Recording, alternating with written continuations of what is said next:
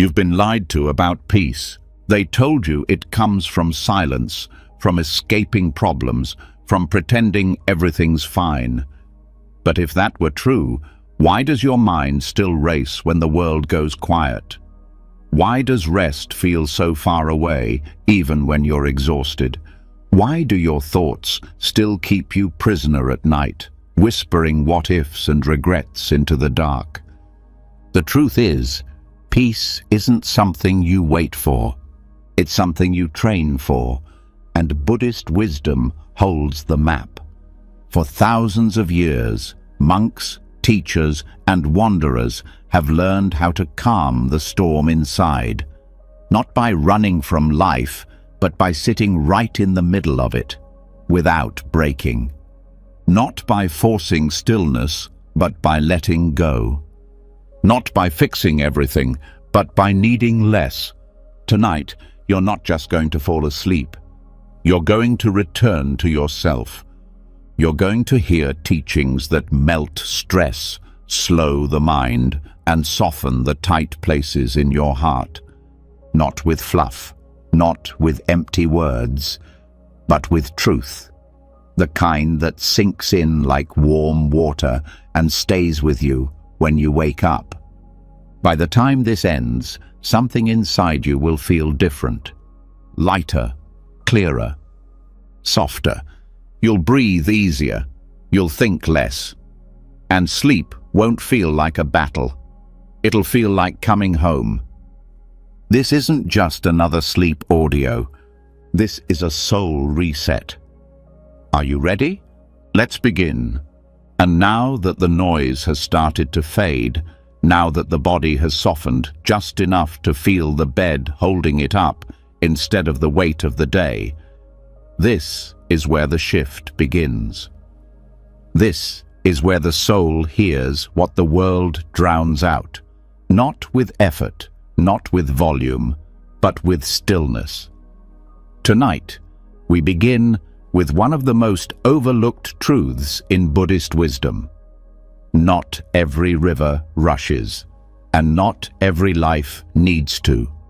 There is a quiet power in the rivers that don't fight for speed, a deeper wisdom in the current that takes its time. Most of us have been trained to believe that fast is better, that productivity equals progress, that the more we do, the more we are.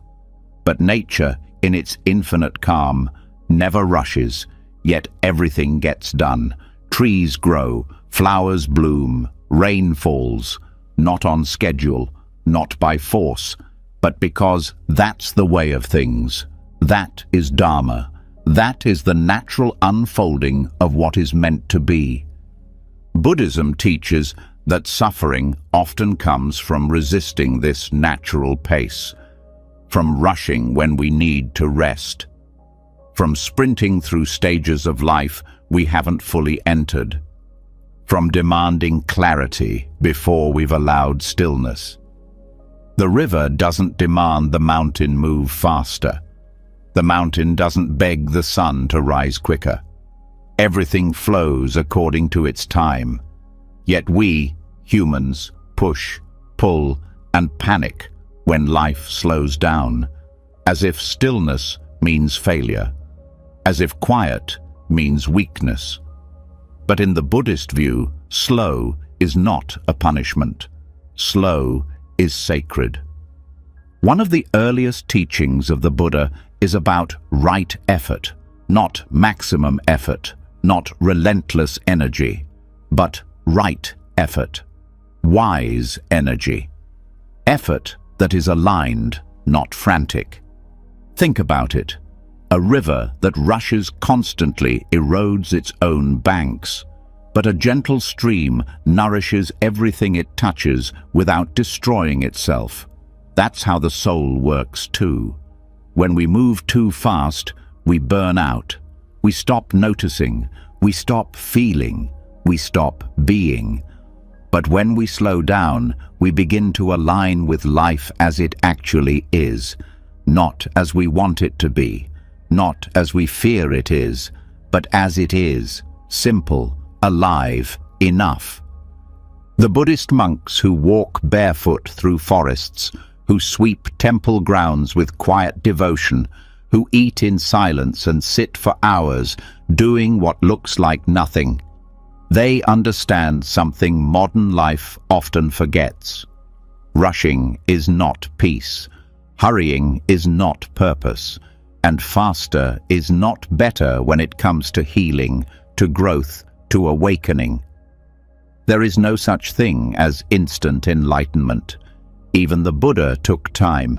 Even the Buddha paused under the Bodhi tree and waited, not for answers, but for everything false to fall away. In your own life, the pressure to go faster may not sound like screaming. It may whisper. It may show up as that feeling of falling behind, that urge to catch up, to prove, to push. But here's the deeper truth. There's nothing to catch up to. Your path unfolds at the pace your soul can bear, and trying to rush the process is like yelling at the moon to rise sooner. The moon doesn't listen, and neither does truth.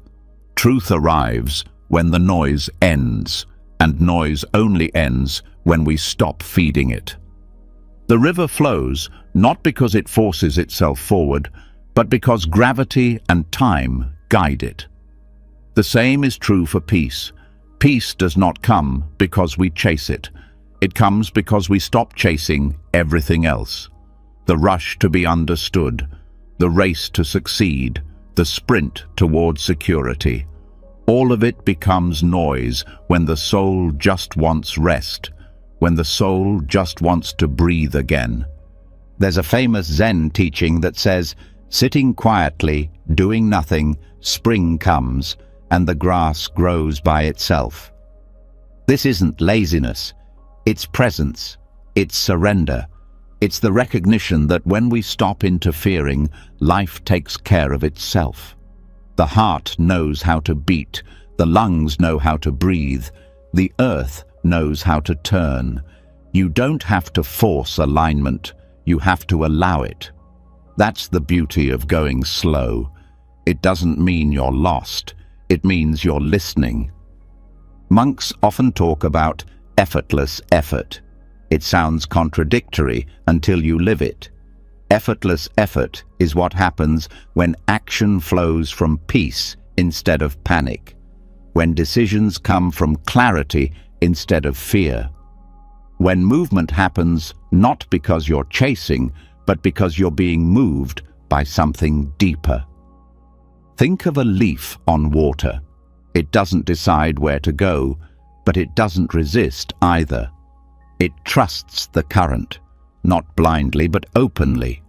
That's what it means to live in the rhythm of Dharma. When you align with the pace of nature, life stops being a competition. You stop comparing your timeline to others. You stop measuring your worth by your speed. And most importantly, you stop rushing through moments that were meant to be savored, like the warmth of your blanket right now, the breath that's slower than it was an hour ago, the stillness between each heartbeat. None of this can be rushed. None of it needs to be. In Buddhism, there's a concept called samatha, the calming of the mind. It's not about turning your brain off. It's about letting your thoughts settle, like mud in a glass of water. If you shake the glass, everything gets cloudy. But if you set it down, clarity returns on its own. That's the river that doesn't rush. That's the mind that heals. That's the soul that finally rests. You don't need to fix everything before you fall asleep. You don't need to find all the answers. You don't need to force your healing. You just need to soften, to stop pressing, to stop proving. There is no medal for being exhausted, no prize for pushing through pain. What matters is presence, not in the future, not in the past, but here, now, exactly as you are, breathing, listening, letting this moment be enough. The river is wise because it trusts the path beneath it. It doesn't question every rock. It doesn't resent every bend. It doesn't fear the quiet pools where nothing moves. It just flows, sometimes fast, sometimes barely at all, and still it arrives. Still it nourishes. Still it fulfills its purpose without ever rushing. So the next time your mind tells you to speed up, to do more, to fix it all before midnight, pause, feel your breath, listen to the stillness under the noise, and ask, what if I let this be easy? What if I didn't have to prove anything tonight? What if peace wasn't waiting on the other side of accomplishment, but right here, underneath all the rushing? Because here's the truth you may have forgotten. You are not behind. You are not late. You are not broken. You are in the middle of unfolding, like the river, like the leaf, like the breath, and everything meaningful takes time. Let the current carry you. Not because you're weak, but because you're wise enough to know that peace never comes from forcing the tide. It comes from flowing with it. So, as your body softens even more now, as your thoughts begin to slow like the river at dusk, remember, the soul heals best when it's not rushed. Let this night be a gentle one. Let every moment stretch out without urgency, and know that even in stillness, you are moving forward. Not all rivers rush. Some simply arrive, calm, whole, and exactly on time. And once the current slows, once the river stops asking where it's going, something unexpected begins to rise. Silence. Not the silence of emptiness or absence, but the kind that listens, the kind that holds, the kind that reveals things no noise ever could. When life no longer demands speed, it starts to speak in softer tones. And now, we listen, not with ears, but with presence. Not for answers, but for what has always been beneath the words. In the early hours of the morning, when the sun hasn't yet fully opened its eyes, monks begin their slow walk through village streets. Heads bowed, hands holding bowls, feet bare against the cool ground. There are no chants, no requests, no loud expressions of need, just a presence, just stillness, just the subtle sound of robes brushing against skin and the faint tapping of footsteps on stone. This is the practice of almsgiving, and at the heart of it, silence. This silence isn't accidental, it's intentional, it's part of the ritual. In Buddhist tradition, monks do not ask for food with words, they simply offer the bowl. And the lay people do not speak either. They place food gently into the bowl without chatter, without performance, without expectation of thanks. There are no "you're welcomes," no "have a good days," no forced politeness. Just one soul giving, another receiving, and silence surrounding it like sacred breath. In this silence is a kind of fullness that words often destroy. Because the moment something sacred is named, it begins to shrink. Like steam, the moment you try to grab it, it slips through your fingers. That's what this silence protects. It holds space for reverence, for awareness, for a deep connection between giver and receiver that doesn't rely on anything being explained. Western culture often fears silence. It's seen as awkward, as emptiness to be filled, as an uncomfortable pause in conversation. But in Buddhist practice, silence is not a lack of communication. It's a higher form of it. It is communication without ego, without control, without noise.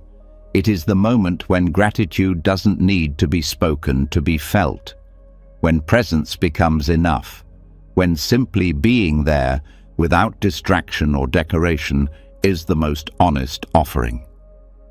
The silence between bowls is not blank space. It is presence distilled to its purest form. It is the sound of the heart opening without the mouth moving. It is the soul receiving without reaching. In that moment, the giver offers not just rice or fruit, but attention, presence, sincerity. And the monk receives not just food, but nourishment of another kind. Nourishment that doesn't enter the stomach, but the spirit. The Buddha once said that the best way to express gratitude is not through words, but through living rightly. In other words, gratitude is not something to be said, it is something to be lived. And the silence between bowls is where this begins. It is where we stop performing thankfulness and begin embodying it, where we stop trying to impress with language and instead impress with our presence. There is something deeply healing about being received in silence, about not needing to explain why you're worthy of being cared for, about not needing to say thank you in a way that performs politeness but fails to touch depth. In this kind of silence, there is no hierarchy, no transaction, no ego, just two humans connected by a single brief moment of shared existence. Monks train for years to be comfortable in this silence, to not fidget when nothing is said, to not fill the air with needless mantras or spiritual filler, because in this sacred gap between words, something much greater speaks. The Dharma itself, the truth of impermanence, the teaching that all things rise and pass without the need for explanation, that what is truly meaningful is often what is left unspoken. You may not walk through the streets barefoot with a bowl, but you can practice this silence in your own life. When someone helps you, pause. Let your eyes meet. Let the moment land. When a friend is in pain, don't rush to fix it. Just sit there, without advice, without rescue. Just be. That's the bowl. That's the silence. That's the offering. Silence teaches restraint. It trains us to notice when our words are just noise, just filler, just another layer of avoidance or performance. When you practice silence, you begin to see that many things you thought were necessary to say weren't. That most apologies are more sincere with a look than with a script. That most love is felt more in presence than in poetry. In many monasteries, monks observe a practice called noble silence. During meals, during walking, sometimes even during entire retreats, not as punishment, but as purification. When the mouth closes, the mind follows. When the tongue stops shaping thoughts, the heart starts hearing truth. You begin to notice the sound of your own chewing, the way your feet hit the earth, the breath as it travels through the body. You realize that the world is louder than it needs to be, and that peace isn't somewhere else. It's just beneath all the talking. The silence between bowls is a lesson in boundaries too. It teaches that not every moment is meant to be shared with sound, that some experiences are too sacred to be spoken, that some connections are stronger when they are not analyzed. When you learn to leave space, you also learn to respect the mystery of others. You stop interrogating every feeling. You stop demanding definitions for everything you feel. You learn to sit with what is, not because you understand it, but because you trust it. And this trust, born in silence, becomes a form of prayer, not to a god or a doctrine, but to presence itself, to this moment as it is, to the truth that no matter how much you explain your pain, it won't leave faster. But if you sit with it, hold it in stillness, it may soften, like a knot slowly unwinding, not because you pulled harder, but because you finally stopped pulling at all. That's what the silence between bowls teaches, that not all nourishment is physical, that not all healing needs fixing, that some of the most powerful moments in life are the ones where nothing is said, but everything is felt, where gratitude lives not in thank you cards, but in the quiet act of being fully present for another human being.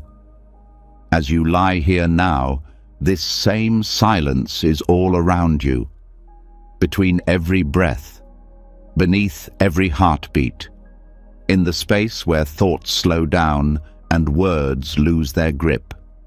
Let yourself enter that space. Let it wash over you.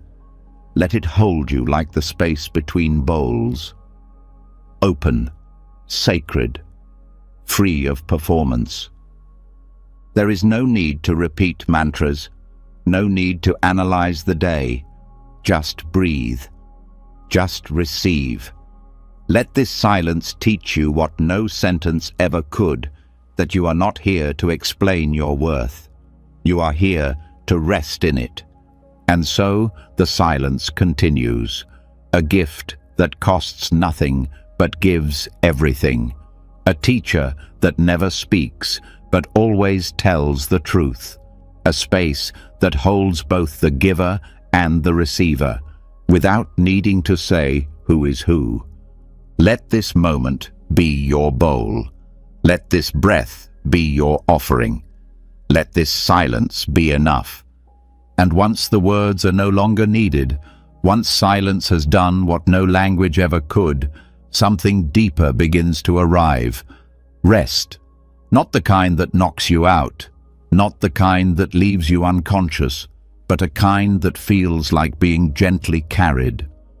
A kind that doesn't fight sleep, but enters it with eyes half open and a soul fully aware, just like the Buddha once did. Few people know that the Buddha spoke of sleep, not as escape, not as failure of energy, but as something sacred. A place where awareness doesn't end, it softens. In a few rare but powerful mentions, the Buddha is described not only sitting beneath trees or walking mindfully through forests, but lying down with complete presence. Resting not out of fatigue, but from the fullness of being. His posture was called the lion's pose, not to display strength, but to remind us that sleep, when entered correctly, is not weakness, it's wisdom. Most people fall asleep to escape. From worry, from guilt, from the pressure of the day. And in doing so, sleep becomes another form of running. But Buddhist teachings offer something radically different. They speak of sleep not as a break from life, but as a continuation of mindfulness, as a moment to surrender without forgetting who we are.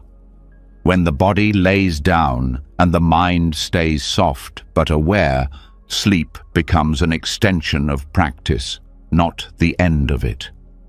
There's a powerful phrase in ancient texts: the Buddha laid down mindfully.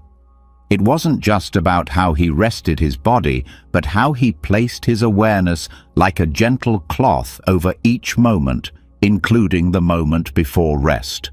No clenching, no rushing, no fight to shut down the thoughts, just being present even as consciousness fades. And that changes everything. In modern life, we often treat sleep as something to conquer.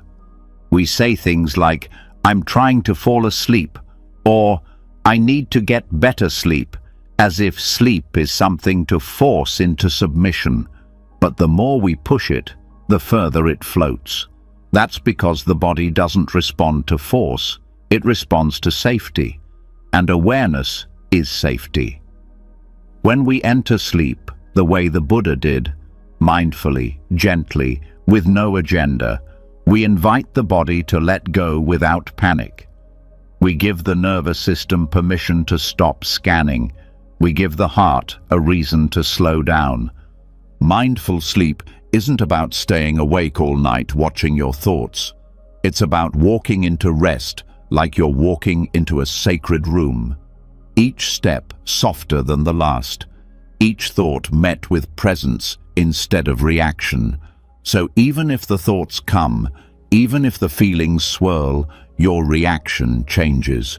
You stop trying to fix them. You just let them pass like clouds, knowing that sleep comes not when the mind is perfect, but when the struggle ends. The Buddha's lion posture is still used today in monastic traditions. The right side of the body rests on the ground, one hand under the cheek, the other resting along the leg. The eyes are often half closed. Why? Because the practice is still active. Even in sleep, there's a reminder to carry intention, not abandon it. Not because sleep is something to control, but because it's something to honor. This posture isn't mandatory. What matters more than form is feeling. What matters is the awareness we carry into our rest. Noticing the sensation of the bed, the sound of the air, the rhythm of breath as it slows. These aren't distractions, they are anchors. They bring us back from the edge of overthinking. They remind us the day is done. Nothing more is required of us now. No proving, no planning, just being. In Buddhist philosophy, rest is not seen as laziness. It is seen as a vital condition for wisdom. A tired mind cannot discern clearly. A restless body cannot sit still. That's why sleep, when entered with awareness, becomes as sacred as sitting in meditation. Both involve letting go. Both involve presence.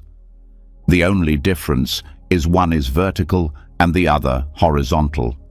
There's a reason monks sleep early and wake before sunrise. Not because they fear rest, but because they respect its purpose. They understand that rest is not the absence of effort. It's what makes effort possible. Without it, practice becomes performance. Without it, kindness becomes exhaustion. Without it, the mind begins to consume itself. When you go to sleep with awareness, even your dreams begin to change. They soften, they stretch, they carry less panic, more insight. That's not magic, it's the nervous system responding to your new relationship with the night. And even if you wake up in the middle of the night, even if your sleep is broken, the practice still holds. You greet wakefulness without frustration. You return to rest without fear. This kind of rest is not common. It's not easy in a world that rewards busyness, but it is powerful. Because every time you fall asleep this way, you retrain your body to trust silence. You rewire your mind to let go without being pushed. You remind yourself that peace is not the reward after everything is done.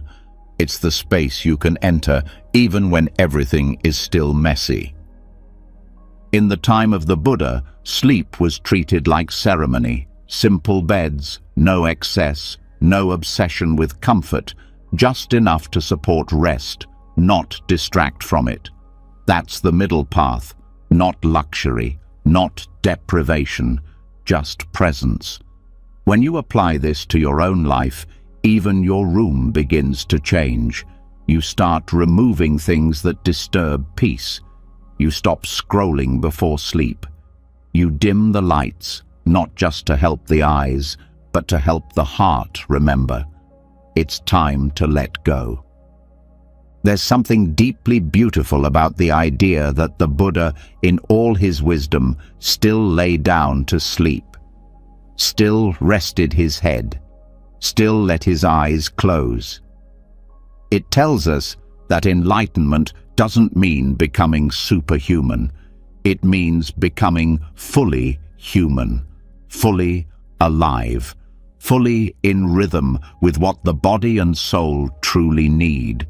And what we need, more than stimulation, more than answers, more than distractions, is to remember how to rest without guilt, to lie down without shame, to sleep without having solved everything, to surrender not because we've given up, but because we finally understand there is nothing to fight. The forgotten sutra of restful awareness isn't found in long chants or sacred scripts. It's found in the breath just before sleep, in the silence between thoughts, in the pause between waking and dreaming. That's where presence lives. That's where healing begins. That's where the teachings of the Buddha continue, not just in temples, not just in texts, but in the softness of the night. So tonight, let sleep be sacred. Let your body fall into the bed like it's returning to the earth. Let your breath carry you, not into unconsciousness, but into presence without effort. And if thoughts come, let them pass like visitors, not invaders. If emotions rise, meet them with the same compassion you would offer a tired friend. You don't need to do anything else. You've already arrived. This is what it means to sleep with the Buddha, not to be perfect, not to be silent, but to rest without resistance, to trust the night, to return to what has always been waiting, awareness that watches over you even when the eyes are closed. Let the body sink now. Let the breath take over. You are not leaving mindfulness behind. You are taking it with you into the quiet temple of sleep. And now that the body has begun to rest without resistance, now that the breath carries presence instead of pressure, there is one more layer to release, the stories that still follow us into sleep, the words we didn't say, the choices we still question, the mistakes that replay like echoes. Because even with the lights off, some memories still burn, some guilt still lingers in the quiet, and no amount of tiredness can quiet a heart that hasn't forgiven itself. This is where the practice of forgiveness begins, not as an idea, but as a way of resting, not as a way to erase the past, but as a way to stop carrying it every night. Buddhism doesn't ask us to forget. It doesn't tell us to pretend things didn't hurt or that we didn't cause harm. What it offers is softer. It offers the ability to see clearly without punishing ourselves forever, to recognize suffering and then release the grip we've had on it, not because it wasn't real, but because we are finally ready to stop being its prisoner. This is what Buddhists call the pillow of no regret. It's not a magical object. It's a state of mind, a way of lying down at night and not flinching at your own thoughts, a way of letting your head meet the pillow without the sudden pull of shame or sorrow. To rest, not because your past was perfect, but because you've stopped trying to rewrite it with regret. Regret is often mistaken for responsibility. We think that holding on to it means we care, that if we let go, we're letting ourselves off too easy. But the truth is, carrying regret doesn't make you wiser. It makes you harder, more guarded, less open to growth. Forgiveness in Buddhism is not permission, it's freedom. It's a softening of the inner terrain so the soul can walk barefoot again, so that when you lay down, you're not bracing for another battle in your own mind, You're surrendering to peace, not because everything was right, but because you're done fighting it.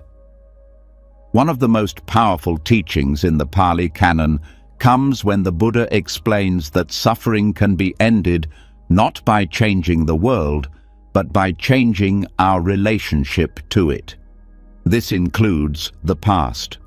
This includes all the people we were before we knew better. Forgiveness is not a reward for perfect behavior.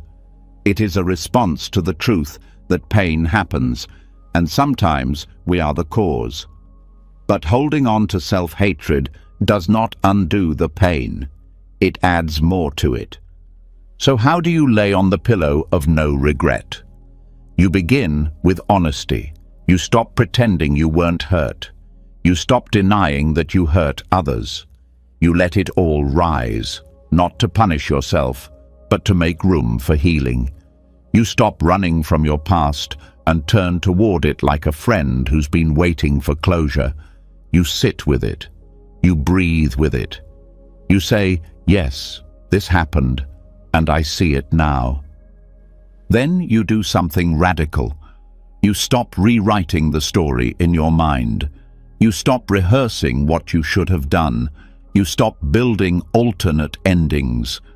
You accept that what happened, happened, and that your power now lies not in changing it, but in choosing who you become because of it. This is not forgetting. This is not erasing. This is making peace with the page you're on. In Buddhist practice, there is something called metta bhavana, the cultivation of loving kindness, and often the hardest person to offer it to is yourself, especially the version of yourself that made the biggest mistakes. But this practice teaches you to include that version, to send kindness to the person you were when you didn't know better, to wish yourself well, not because you were flawless, but because even brokenness deserves gentleness. When you lay on the pillow of no regret, you stop measuring your worth by your worst moments. You stop needing others to forgive you before you rest. You stop waiting for the past to change. You rest in the truth that growth has already begun, that you are not who you were, that you are learning, and that is enough.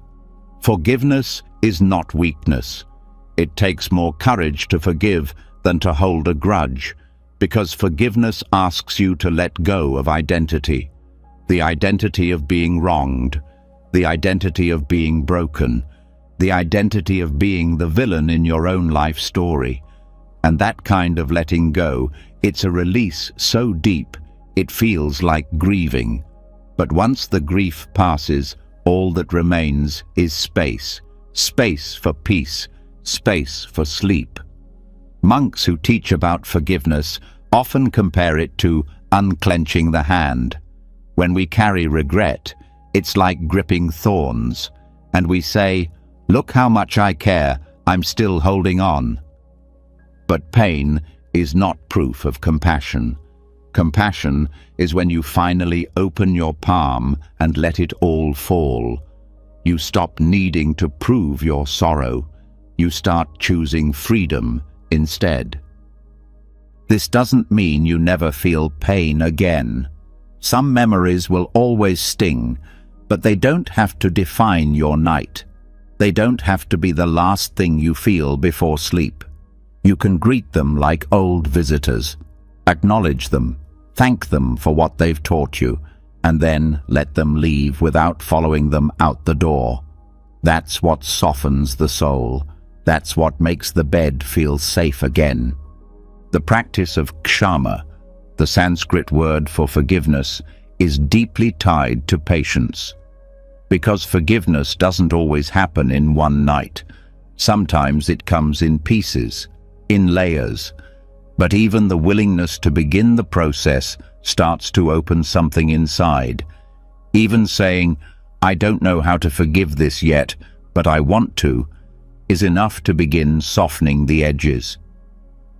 What keeps us stuck in regret is the belief that we must punish ourselves into becoming better people. But Buddhism teaches something kinder. That self-compassion is the soil where transformation happens. That what you water grows, and if you keep watering guilt, it will grow thorns. But if you water gentleness, patience and clarity, they will grow roots that can carry you forward. So when you lie down tonight, don't ask your mind to be empty. Don't beg for silence. Instead, ask yourself, can I stop fighting this moment? Can I let myself feel what I feel without adding blame on top? Can I release the grip just enough to sleep, even if the past still stings a little? The pillow of no regret doesn't come from a perfect day.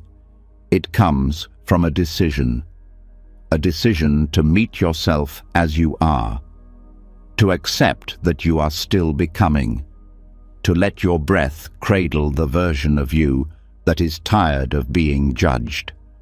That is the moment the body softens. That is the moment the nervous system says, it's safe now. That's when rest becomes real. And the truth is, you are allowed to rest before you figured everything out. You're allowed to sleep while the journey is still messy. You don't need to earn stillness. You only need to stop resisting it. That's what forgiveness creates. Not answers, but room. Not certainty, but spaciousness. Tonight, let the pillow be more than fabric. Let it be the ground you lay your regrets down on. Let it hold the weight so your heart doesn't have to. Let it carry what you can't carry anymore. And if the thoughts come, don't chase them. Don't argue. Let them pass like waves. You are no longer the storm. You are the shore it reaches, but does not move. This is what it means to rest on a life you no longer resist.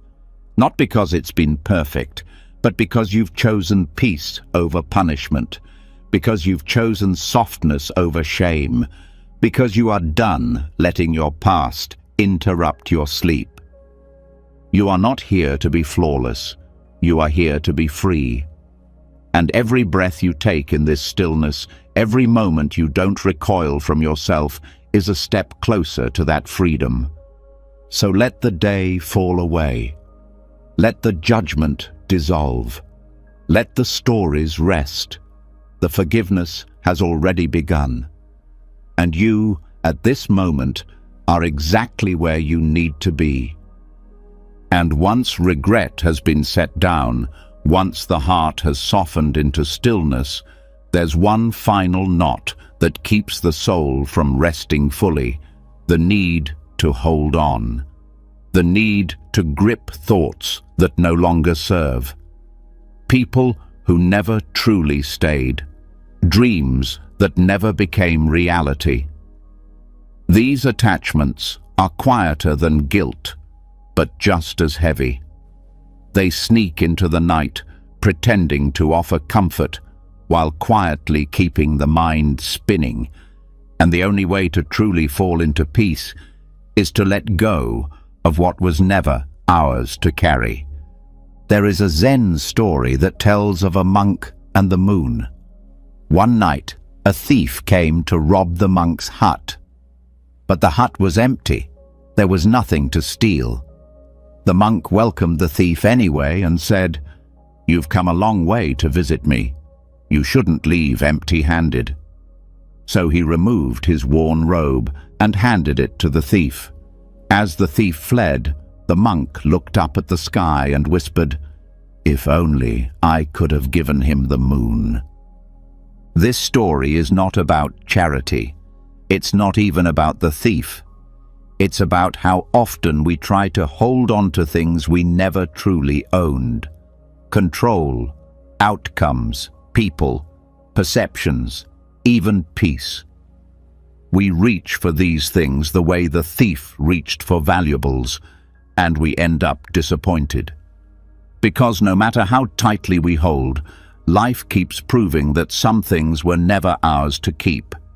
In Buddhist teachings, clinging is one of the roots of suffering, not because wanting is evil, but because it creates tension. The tighter we grip, the more we suffer when life shifts, when things break, when people leave, or when reality doesn't match our hopes. Letting go doesn't mean we stop caring. It means we stop needing, and there's a big difference. There is a kind of freedom that can only be felt when the hand unclenches, when the heart stops demanding a certain result, when the mind stops insisting that things should have been different. That freedom doesn't come from getting everything right. It comes from releasing everything wrong, not out of defeat, but out of deep understanding that we are not here to own life. We are here to experience it. Trying to sleep while clinging is like trying to rest with your fists clenched. The body might be still, but the soul is in battle. And you can feel it, the tension in your jaw, the weight on your chest, the tightness in your breath. That's not sleep, that's resistance. And the only way out is surrender. Not the dramatic kind, not the collapse, but the gentle release of what was never really yours. Letting go begins with recognition. You start to notice what you're still gripping. Maybe it's someone's approval. Maybe it's an identity that no longer fits. Maybe it's a memory that you keep replaying, hoping for a different ending. Whatever it is, you see it clearly. And then you ask the deeper question, is this mine to carry? Most of the time, it isn't. Most of the time, what we're gripping is not the thing itself. It's our idea of what it should have been. Our fantasy of control, our illusion of safety. We cling because we think it will protect us, but in reality, it just keeps us stuck. The monk in the story didn't just let go of his robe. He let go of the need to defend what didn't matter. He gave up control to remain free. In Buddhist psychology, this is the practice of non-attachment, and it's not coldness, it's not indifference, it's the deepest form of care. Because when you stop needing people or things to complete you, you start relating to them with openness instead of fear. You stop holding and start witnessing. You stop demanding and start appreciating. Letting go before sleep is an act of kindness. It's how you create space in the mind, so dreams don't become extensions of your stress. It's how you empty the cup so the night can refill you. Not with noise, but with peace. Not with fantasies, but with rest. Sometimes, what we're holding on to is not even ours. It's someone else's expectations, someone else's emotions, someone else's mess that we took on as our responsibility. But Buddhism teaches that we are only responsible for what is within our own path. We can show up, we can love, we can give, but we cannot fix, we cannot control, we cannot force. The moon the monk spoke of, that unreachable gift, is a symbol of everything we cannot grasp. Peace, clarity, presence. They cannot be given by force. They cannot be stolen. They must be received without possession. And that begins with a posture of release. Release isn't loud, it's not dramatic. It often looks like doing nothing, not texting back, not replaying the argument, not rewriting the future in your mind, just breathing, just being, just letting what is be. And that is more powerful than any control we could ever force. The more you practice this letting go, the more you begin to see how often you used to grip things without even noticing. You see how many times you tensed up in conversations, How many times you braced for disappointment? How many times you tried to plan 5 steps ahead to avoid discomfort? But the truth is, comfort doesn't come from control. It comes from clarity. And clarity comes when the noise ends. This is why monks live simply, not because they hate comfort, but because they understand the cost of clutter, mental, emotional, physical. They know that every possession comes with a weight, every attachment comes with a risk, and the lightest life is one lived open-handed. When you stop grasping, you don't lose everything. You gain spaciousness. You gain energy that was once used to protect illusions. You gain moments, real, quiet moments that were once missed because your mind was too busy holding on. And in that space, sleep becomes easier, softer, deeper, because your mind is no longer building walls, it's building peace. This isn't a one-time event, it's a nightly practice. Each evening, you check in. What am I holding that I no longer need? What thought has stayed too long?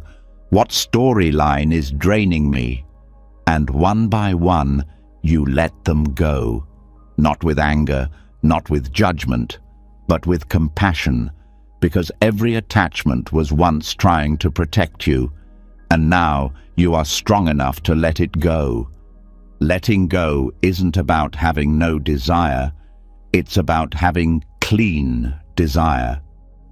Desire that doesn't poison you, that doesn't chain you, that doesn't trick you into believing your wholeness is elsewhere. The monk who released the moon wasn't empty, he was full of clarity, because he had nothing to hide, nothing to prove, nothing to grasp. So tonight, as you feel the weight of your body settle into stillness, notice what your heart is still carrying, and gently, tenderly, begin to release it. Not because you're supposed to, but because you deserve to. You deserve to rest without clinging, to sleep without armor, to breathe without bargaining. Let your thoughts rise and fall like waves. Let your breath be the only thing you follow. Let your peace come not from solving everything, but from holding nothing too tightly. The moon is still here. It was never meant to be owned, just seen, just witnessed, just appreciated. And so are you, unheld by others, unburdened by yesterday, untied from illusion, just here, just resting, just enough. And once the hands finally release what was never meant to be held, once the moon is left untouched in the sky and the body no longer fights for control, something softer begins to rise, the quiet task of tending to what remains. Even after letting go, there's residue, dust, the fine particles of thought and memory that settle on the inner floors of the mind. They don't scream, they don't demand, but they dull the shine of presence, and so the practice continues, not with striving, but with care, not to fix, but to clear space, to gently sweep the temple of the self before rest. In many monasteries, early morning begins not with chanting, not with teaching, but with sweeping. Long before sunlight fills the halls, monks rise and pick up simple brooms. They move through the temple slowly, sweeping corners that barely hold dirt. And it's not because the temple is dirty, it's because the act itself is sacred, because cleaning the space is a form of meditation, because the dust that settles outside is a mirror for the dust that settles inside, and both need tending. This practice is not about perfection. The dust will return tomorrow. The floor will never stay spotless. But the sweeping is not about a final result. It's about presence, the way the body moves, the way the broom glides, the way attention returns again and again to what is right in front of you. That's the point. Not to conquer dust, but to meet it without frustration, without judgment, with loving awareness. Your thoughts are like that dust. Throughout the day, they collect. Some are light and pass easily. Others settle deeper. Thoughts about what went wrong. Thoughts about who you should be. Thoughts about what still needs fixing. And at night, when the noise around you fades, the weight of those thoughts starts to feel heavier. Not because they're new, but because now you can finally hear them. This is why sweeping the temple mind matters. It's not about stopping thoughts.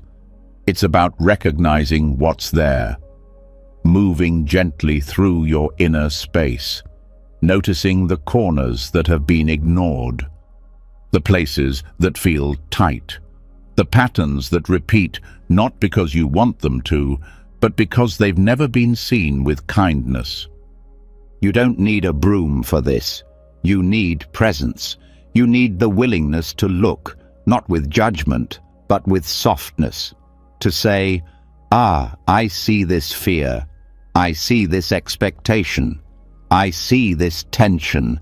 And instead of pushing it away, you sweep around it. You make space. You let it be touched by attention. Because often, what we call clutter is just something we haven't faced with care. The reason monks return to sweeping every day is because they understand the nature of the mind. It doesn't stay clear by accident. It becomes clear through devotion, through repetition, through simple acts done with full heart. You don't need dramatic rituals to find peace. Sometimes, the act of sitting with your thoughts, breathing slowly, and letting them rise and fall without interference is enough to restore balance. Sweeping the mind also means noticing what you're holding on to out of habit, the stories that play on loop, the imagined conversations, the quiet criticisms. These are the dust particles that build up until you can't see yourself clearly anymore. And the way to clean them is not by force, but by steady awareness, by asking, does this need to stay? And if not, letting it go without drama. There's no punishment in this practice. If the same thought returns tomorrow, you don't call it failure. You simply sweep again. You return. You clear. Not because you expect permanent silence, but because each sweep teaches you something. Each moment of presence makes the mind more spacious. Each breath gives the heart more room. This isn't about emptying the mind completely. That's not the goal. The mind will always think. That's its nature. The practice is to relate to those thoughts differently, to not let them pile up unnoticed, to not let them run wild, to sweep them into awareness gently, so they don't own you, so they don't cloud you. So when you lay down to sleep, you aren't sleeping in a temple filled with debris. There's beauty in the simplicity of this. You don't need to figure everything out before rest. You don't need to be thought-free. You just need to notice, to clear space for stillness to enter, to treat the mind like something worth caring for, not managing like a problem, but tending like a sacred place. Monks don't rush their sweeping. They don't try to do it all at once. They move slowly, mindfully. This rhythm teaches something important. Peace doesn't come from speed. It comes from attention, from presence, from taking the time to notice what you usually step over. At night, when you lie down, this same principle applies. You don't need to clear every worry before sleep. You don't need to organize every thought. You only need to sit quietly, Breathe and start sweeping. With each breath, you gather a little dust. With each exhale, you release it. No urgency, no pressure, just presence. Some thoughts will cling. That's okay. Some parts of the floor are stickier than others. What matters is that you meet those parts with patience, that you don't shame yourself for the mess, that you trust the process. Because every night you return to this practice, the dust settles less. The mind becomes more clear, more open, and sleep becomes not just a physical break, but a spiritual restoration. This practice also changes how you wake. When the temple of the mind has been tended to, you don't wake up in reaction. You wake up with clarity, with space, with less noise, and that changes how you live, not just how you sleep. So tonight, before the body falls into deep rest, begin your sweeping. Not to fix yourself, not to erase the day, but to make space, to meet yourself. To remember that peace doesn't come from pushing thoughts away, but from being kind to them, from letting them pass like leaves on a breeze, noticed but not clung to. You are not here to be spotless. You are here to be spacious, to be soft, to be open to stillness. And this stillness comes not by chance, but by returning to yourself, one sweep at a time.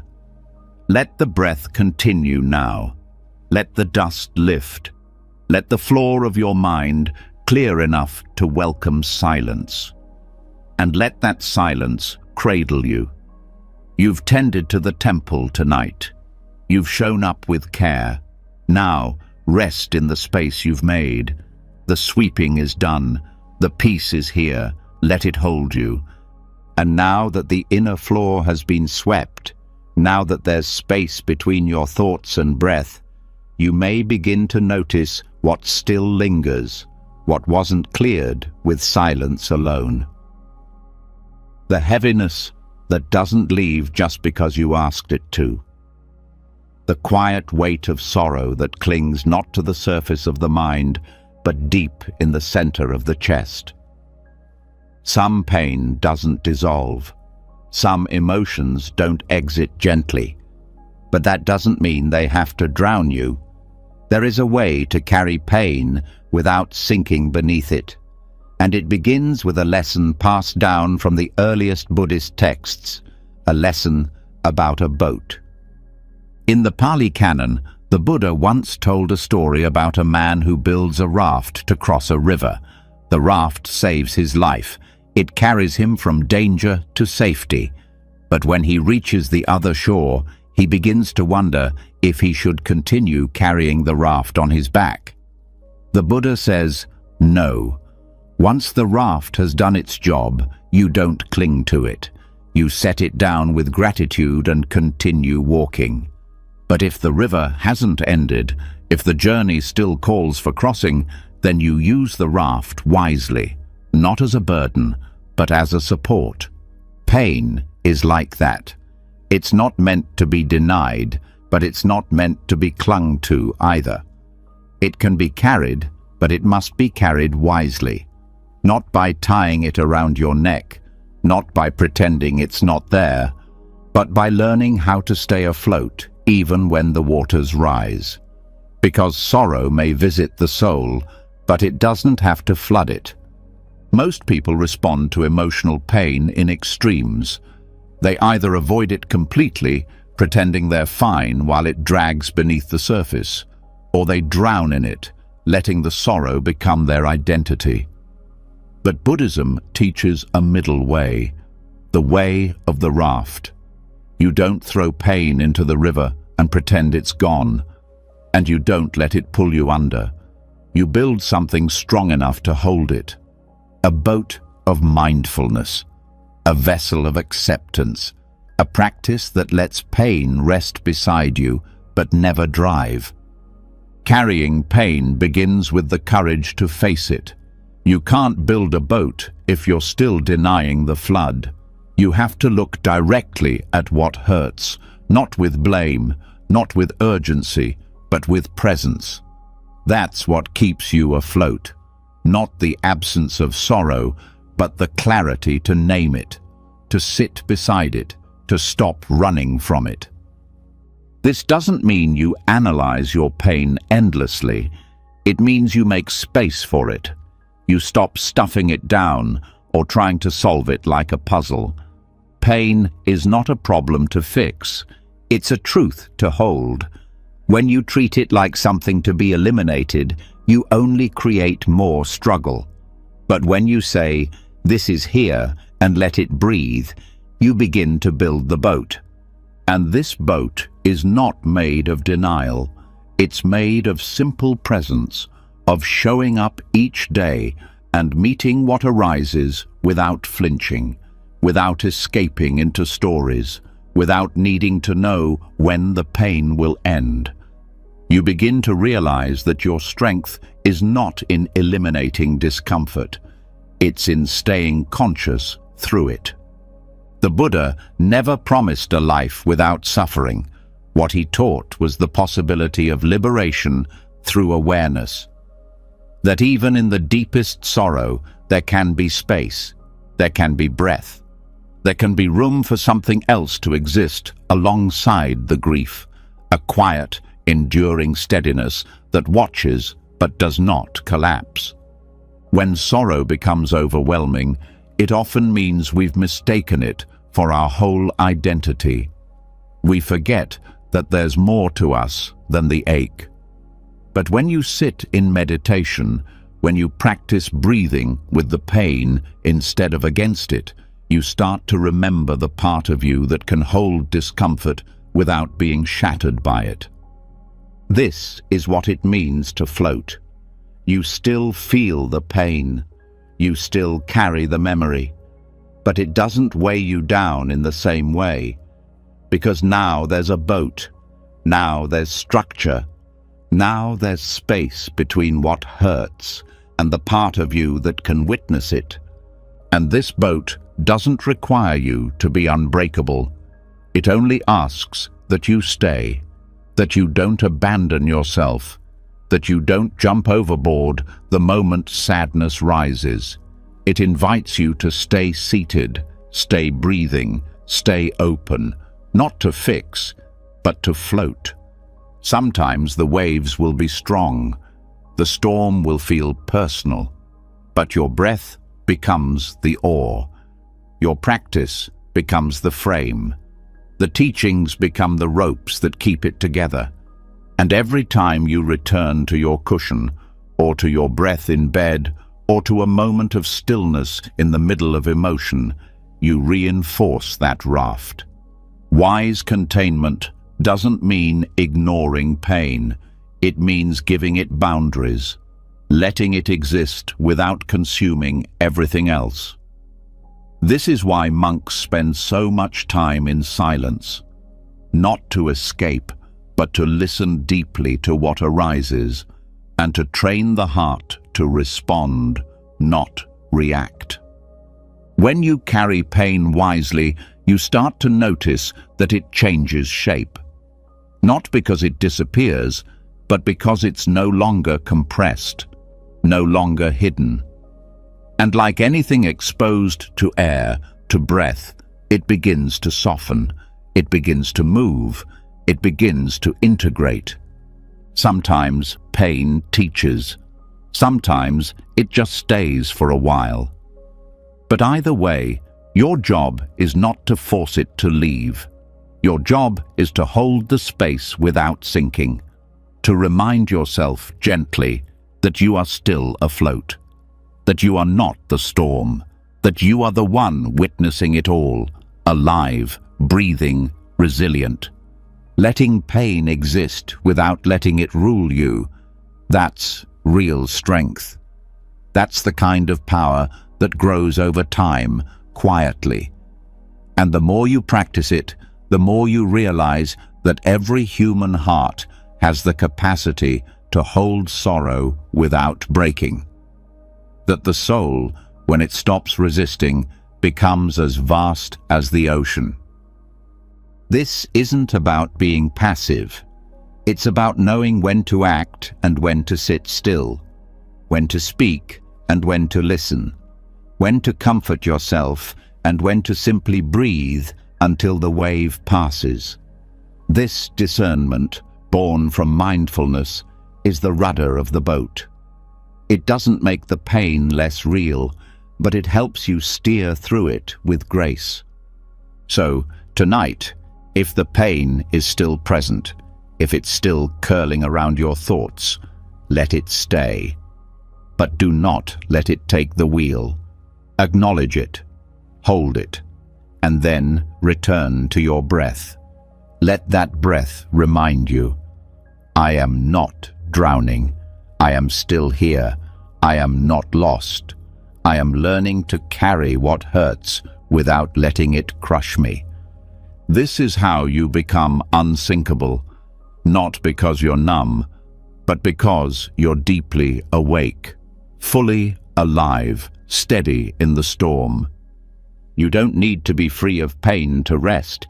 You only need to be willing to stay with yourself as you are. That willingness, that presence, that's your boat. That's what keeps you afloat. And tonight, you're already in it, floating, breathing, stronger than the sorrow, holding what is hard without letting it define who you are. And even now, as the boat continues to carry the weight of sorrow without tipping, something more subtle begins to stir. Thoughts. Endless, swirling, layered thoughts that don't scream, but whisper just loud enough to keep you from sinking into peace. Not heavy enough to drown you like pain, not sharp enough to wound you like regret, but persistent in their own way. This is the next layer, not the storm, but the weather, the inner climate of the mind that changes moment to moment. And the only way to find stillness inside it is to stop taking the weather personally. Tibetan Buddhist teachings offer a simple but powerful image. The mind is like the sky, and thoughts are just clouds passing through. Some are light and wispy, some are dark and heavy, but none of them change the nature of the sky. The sky remains untouched, spacious, pure, no matter what moves across it. And this is what most people forget. They think every thought means something. They react to each cloud as if it defines the sky. But it doesn't. A passing cloud is just that, passing. The mind produces thoughts the way the body produces breath. Constantly, automatically, without needing permission. You don't choose your thoughts any more than you choose the shape of the clouds above your head. But you can choose how to relate to them. That's where freedom lives, not in trying to stop thinking, but in learning how not to cling to every thought that appears. When you begin to see thoughts like clouds, your relationship with your mind changes. You stop needing to chase every idea. You stop fearing every negative emotion. You stop believing that the presence of a thought means it's true. A thought is just an appearance. It arises, it floats, it dissolves. That's it. And when you stop judging the clouds, you stop creating storms. The suffering doesn't come from the thought itself. It comes from believing the thought, from attaching meaning to every mental movement, from analyzing, reacting, arguing, agreeing, resisting. That's what turns a passing cloud into a thunderstorm. But when you watch the thought without judgment, without pushing or pulling, it loses its power. It becomes a shape, a sound, a flicker, and then it's gone. This is what Tibetan teachers call sky-like awareness.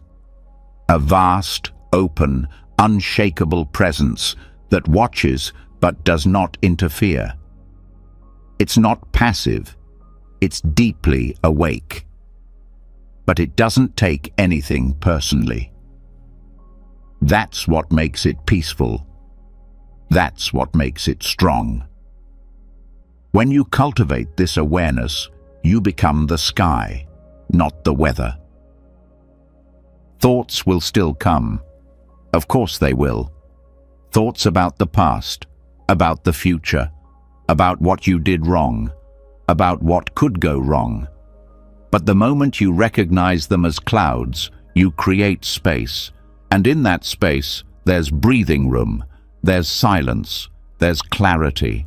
Judgment is what tightens the mind. It's what creates shame, fear, guilt, confusion. Not the thought itself, but the story you attach to it. I shouldn't be thinking this. Why am I like this? What does this mean about me? These questions are the chains. But when a thought appears and you simply say, "There you are," it has nowhere to attach. It floats, it moves, it fades. Sky-like awareness also means not needing every cloud to be beautiful, not needing every thought to be kind or useful or perfect. Some clouds are heavy, some thoughts are unpleasant. That doesn't mean they are wrong. That doesn't mean they are a failure. They are just weather. You are not the weather.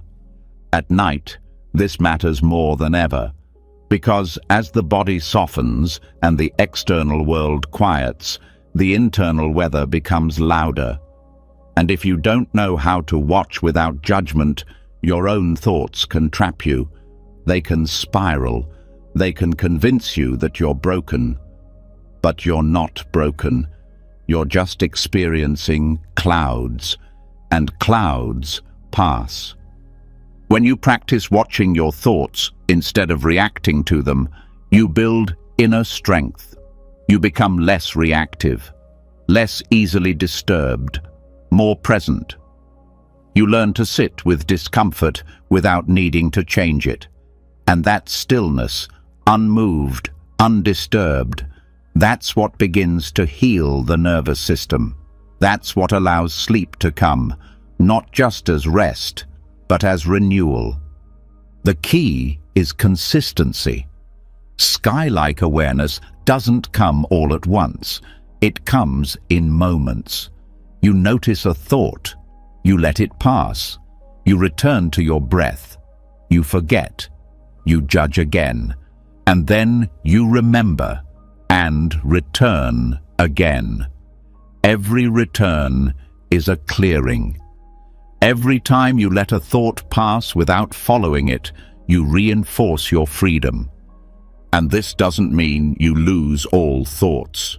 Some thoughts have wisdom, some bring clarity, but even then, you let them pass. You trust that the right thoughts will return. You don't need to grab them, because grasping is fear, and letting go is faith. What's important is how you relate to the thought, not whether the thought is positive or negative. You might have a kind thought, but if you cling to it, it becomes another weight. You might have a harsh thought, but if you let it pass, it can't hurt you. That's why neutrality is powerful. Not coldness, not distance, but the willingness to watch without getting caught. At first, this can feel unnatural, especially if you've spent years believing your thoughts define you. But with practice, it becomes ease. It becomes normal to say, "That's just a thought," and move on. It becomes natural to return to breath, to the body, to the space beneath the thinking. That space becomes home, and in that home you find rest. True rest. Not the kind that comes from distraction, but the kind that comes from non-attachment. The kind that lets you lie down without needing to solve everything, without needing to correct your mind, without needing to be perfect. You lie there, breathing slowly, and let the thoughts rise like mist. Some are memories, some are worries, some are random. You don't push, you don't cling, you simply watch. And over time, the sky becomes clearer, not because you forced it, but because you stopped stirring the clouds. You are not your thoughts. You are the space they pass through. And that space cannot be broken. It cannot be stained. It cannot be destroyed. No matter how many thoughts appear, the sky remains. So tonight, let the thoughts come. Let them dance. Let them swirl. But do not follow. Do not chase. Let your breath anchor you. Let your awareness spread like open sky. And let every cloud pass, knowing it has no power unless you give it weight. This is the mind at rest. This is the beginning of deep peace, not because everything is quiet, but because you have learned how to remain clear even when the clouds appear. Let the sky hold you now.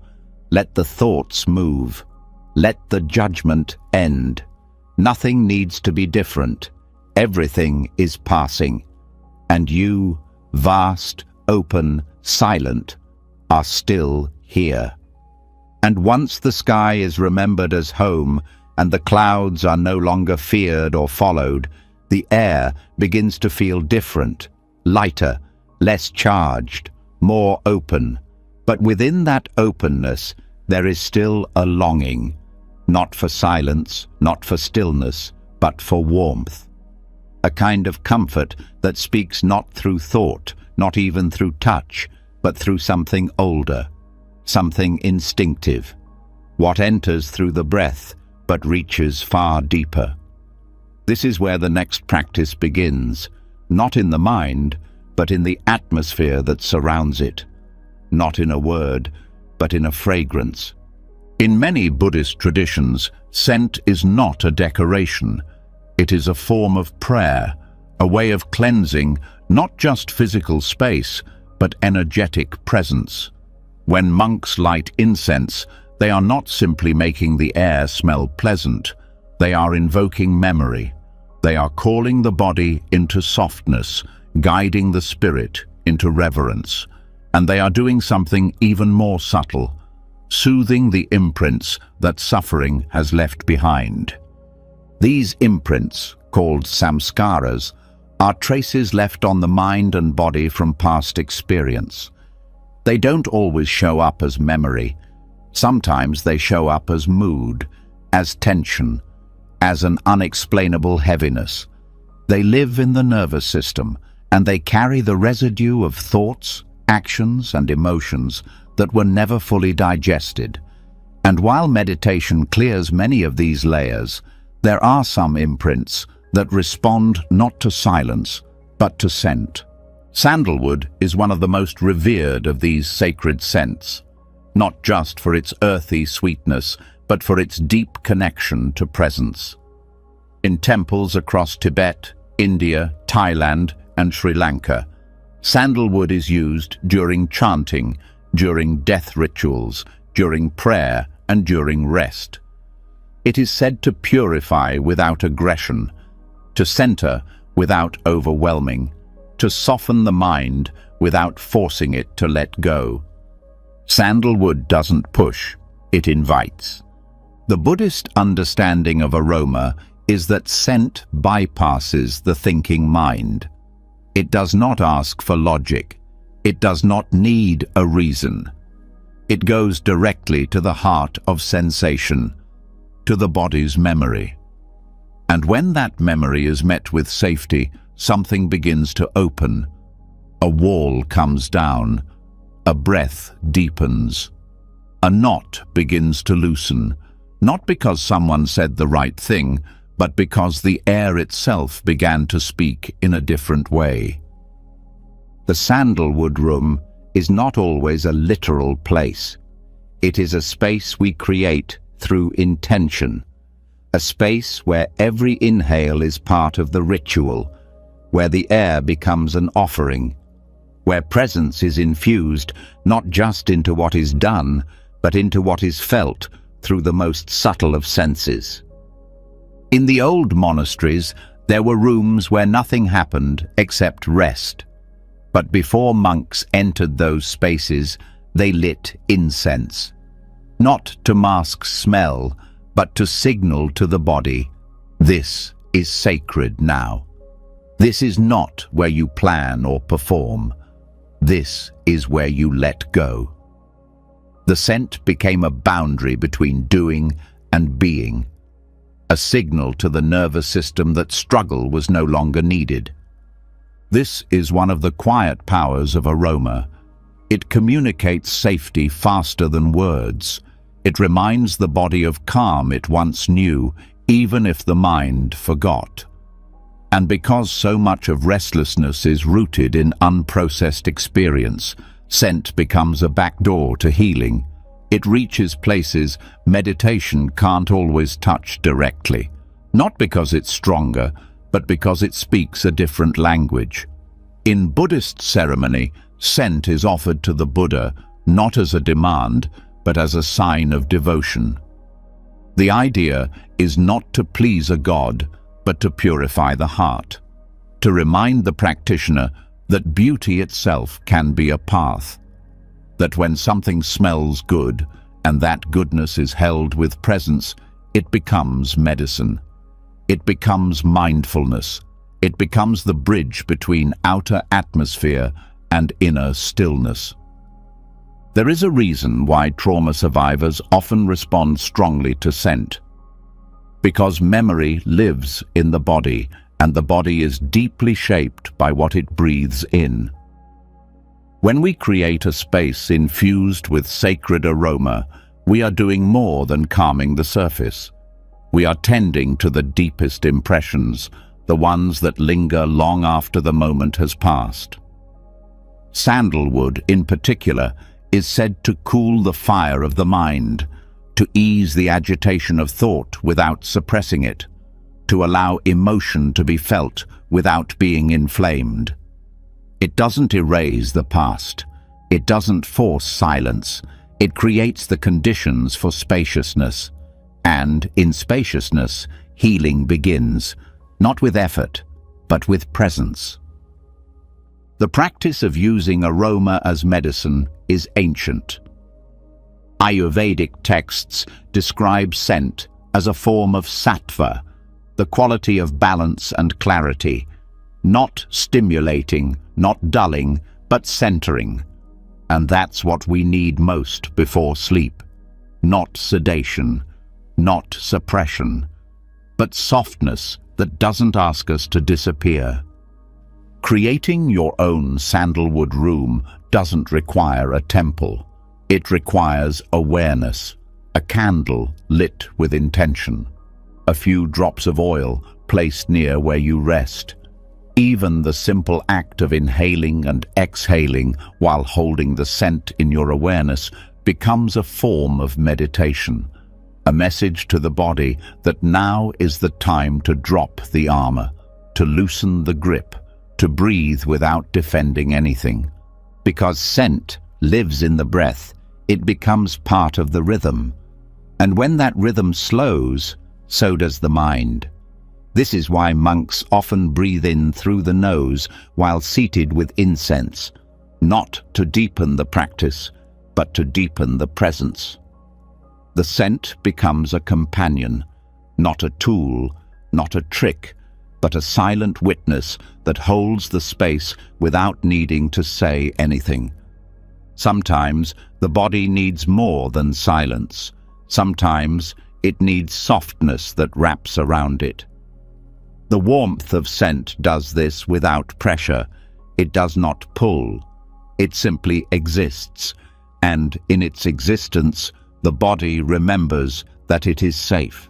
This is especially important at night, when unresolved energy often returns. When thoughts that were pushed aside all day finally have room to surface. And while meditation helps us observe them, aroma helps us stay soft while we do. It creates a nest for the awareness to rest in, a kind of cushion for the soul, not one that blocks emotion, but one that holds it gently enough to let it move. You are not controlling the mind with scent. You are reminding the body that peace is possible. That stillness does not have to be empty. That rest can be rich, full, and safe. This kind of rest is not accidental. It is cultivated.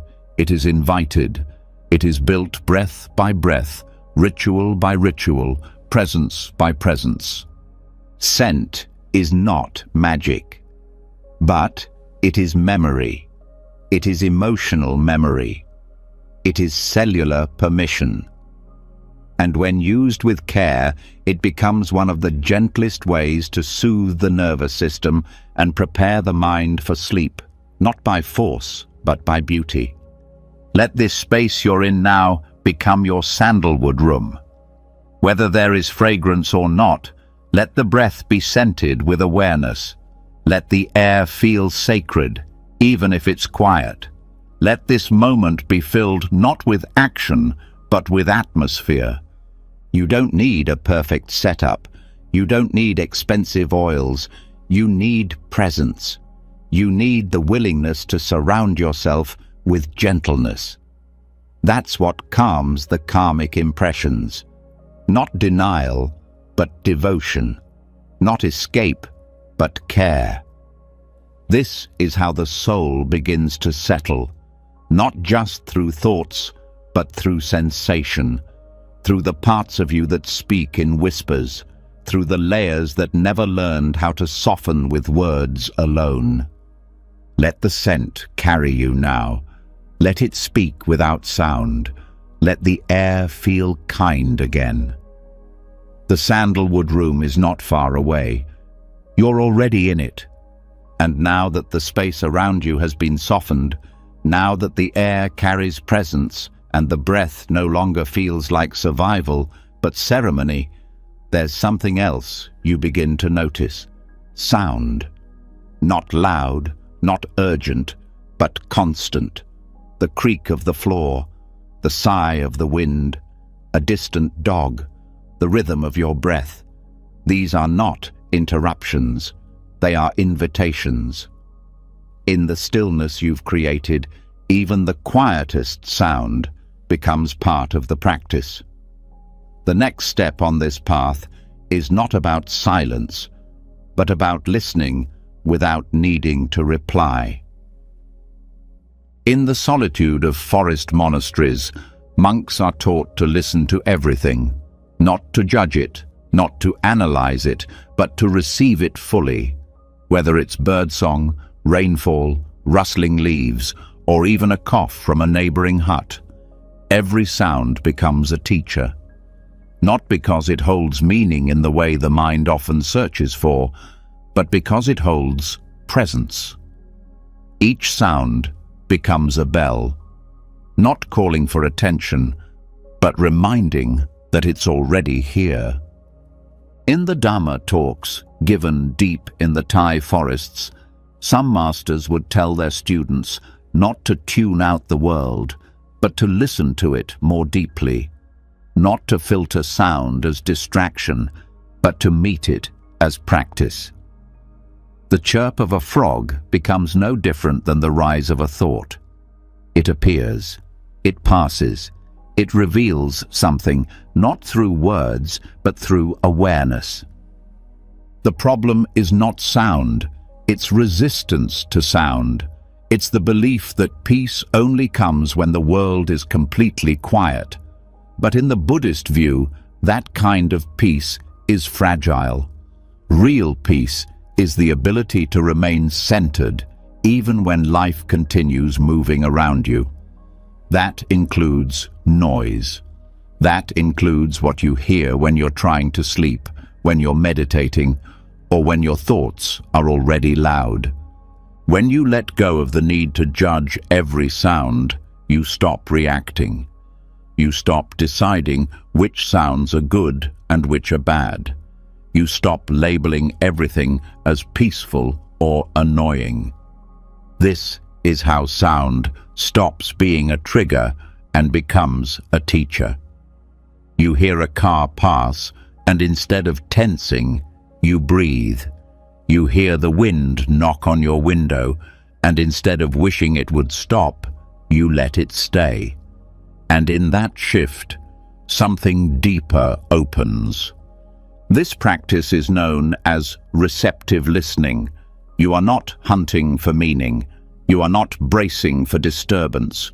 You are simply letting sound move through you, like wind moves through the trees, like water flows around stones. This is what forest monks mean when they say, listen with your whole body, not your ears alone, but your skin, your breath, your presence. And what you'll notice is that the body responds. When sound is not labeled as threat or task, the nervous system softens. You stop being on guard. You start being available to feel without defense, to hear without judgment, to rest without needing to shut out the world. In this kind of listening, even the ordinary becomes sacred. The fan humming beside you, the crackle of an old floorboard, the distant bark of a dog. None of these sounds have to be removed. They can be included, not as problems, but as part of the moment. This is especially powerful at night, when so many people feel they need complete silence to rest. But Buddhist teachings remind us, peace is not the absence of sound. Peace is presence in the middle of sound. It's the ability to hear and not be pulled, to feel vibration and not be moved off-center, to receive without needing to respond. When you start to listen this way, even your thoughts change tone. You hear them as sound too, less personal, less sticky, just movements in the mind, like wind in the trees. No reply needed, no argument necessary. Forest monks often say, don't chase the echo, let it return on its own. Meaning, don't answer every thought. Don't respond to every feeling. Let it call, let it ring, let it fade. Because when you always try to answer, you're no longer listening. You're preparing. And when you're preparing, you miss what is. So, the next time you hear a sound, especially one you didn't plan for, pause. Instead of bracing, open. Let it move through you like a wave. Let it come. Let it go. And you'll feel something rare. A moment of peace that isn't dependent on what the world does. A peace that remains, no matter what enters the room. This isn't a trick. It's a practice. And it deepens the more you do it. You'll start to notice sound not just as background noise, but as rhythm, as movement, as life itself. And when you stop trying to shape the soundtrack of your life, you start hearing the beauty of its imperfection. This way of listening also changes how you relate to others. You stop needing to speak right away. You stop filling every pause with your own voice. You begin to hear what isn't said. You begin to feel the space beneath words. And that kind of listening, slow, deep, present, it heals. Not just relationships, but the inner noise that comes from always needing to be right, to be first, to be heard. You begin to trust that not every sound requires your reaction. Not every echo needs your voice. Not every tension demands your answer. And in that trust, your energy returns. Your presence deepens. You no longer feel pulled in every direction. You become the center again. Some nights, you'll hear your own heartbeat more clearly than the room. Some nights, the crickets outside will sing longer than your thoughts. Some nights, even the silence will feel loud. But every one of these experiences becomes part of the path when you stop resisting, when you stop editing the moment and begin receiving it fully. This is not silence as absence. This is silence as relationship. A space between things. A sacred pause where meaning does not need to be made, only met. So as you rest tonight, let the sounds come. Let the wind speak. Let the distant murmur rise and fall. Let your thoughts echo once or twice more and then go unanswered. You are not here to respond. You are here to listen. And in that listening, you are already home. This is what the forest monks knew, that peace is not earned through control. It is found through inclusion, through allowing what is here to be here, without fixing it, without naming it, just breathing through it. Let this breath be your listening. Let this room be your forest. Let each sound pass like a friend who needs nothing from you but your presence. You don't need to speak. You don't need to understand. You just need to hear. And let hearing be enough. And once sound is no longer something to respond to, once even the faintest echo is received without resistance, there's a new kind of silence that begins to rise. A stillness not just in the room, but in the mind. And in that stillness, a deeper urge often appears, the urge to reflect, to look inward, to evaluate, to hold up a mirror and search for meaning, flaws, progress, identity. But what if the mirror didn't need to reflect anything at all? What if true peace came not from seeing yourself more clearly, but from no longer needing to? There is an old Zen story of a novice monk who spent hours each day polishing a mirror. He believed that if he could keep the mirror spotless, he would see his true nature more clearly. He scrubbed away every speck, every streak, constantly wiping, inspecting, refining. One day, the abbot walked by and watched quietly. Then he said, "You can polish the mirror all day, but no matter how clear it gets, it will never show you freedom. Freedom begins when you stop looking for yourself in the mirror." This teaching isn't about literal glass. It's about the internal mirror, the one we hold up constantly, the part of us that watches, measures, evaluates. Am I getting better? Do I look peaceful enough? Have I grown? Why do I still feel this way? These questions may seem helpful, but often they are a disguise for clinging. A subtle way we stay trapped in self-concern. They keep us locked in identity, endlessly circling the idea of who we think we are. In Buddhist practice, there's a word for this, mana. It means the sense of I am this. Even in spiritual growth, mana creeps in. The identity of the one who is meditating, the one who is healing, the one who is trying to be better. And the more we polish that identity, the harder it becomes to let go. The empty mirror is a different approach. It's not about reflecting back a better image. It's about being spacious enough to hold everything without needing to define any of it. It allows experiences to arise and fade, thoughts to come and go, feelings to be felt fully without needing to make them about you. This is not detachment in the cold sense. It's intimacy without possession.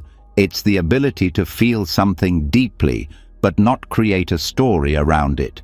When a thought of sadness comes, you don't need to say, "Why am I still sad?" or "What does this mean about me?" You just feel it, hold it, and let it pass. That's the empty mirror. It reflects what arises, but does not cling to the reflection. In many Zen monasteries, students are told that even attachment to clarity is still attachment. You can become so obsessed with self-awareness that you forget how to simply be. You trade one form of clinging for another, and the mind remains tense, even while practicing calm. Letting the mirror go empty means stepping out of the loop of self-analysis, not forever, not with denial, but with trust. Trust that growth is happening even when you're not tracking it, that you are evolving even when you're not documenting it, that life unfolds best when it isn't constantly under a microscope. One of the subtle traps in practice is the need to know. How am I doing? Am I improving? These seem innocent, but they often stem from a deeper restlessness, a belief that we are only okay if we're getting somewhere. But Buddhism teaches that true transformation happens when we stop measuring, when we stop turning every experience into data about the self. This doesn't mean we abandon reflection entirely. It means we learn when to put the mirror down, when to stop rehearsing the same questions, when to stop polishing what does not need to be polished. Some moments are meant to be lived, not understood. Some nights are meant to be felt, not analyzed.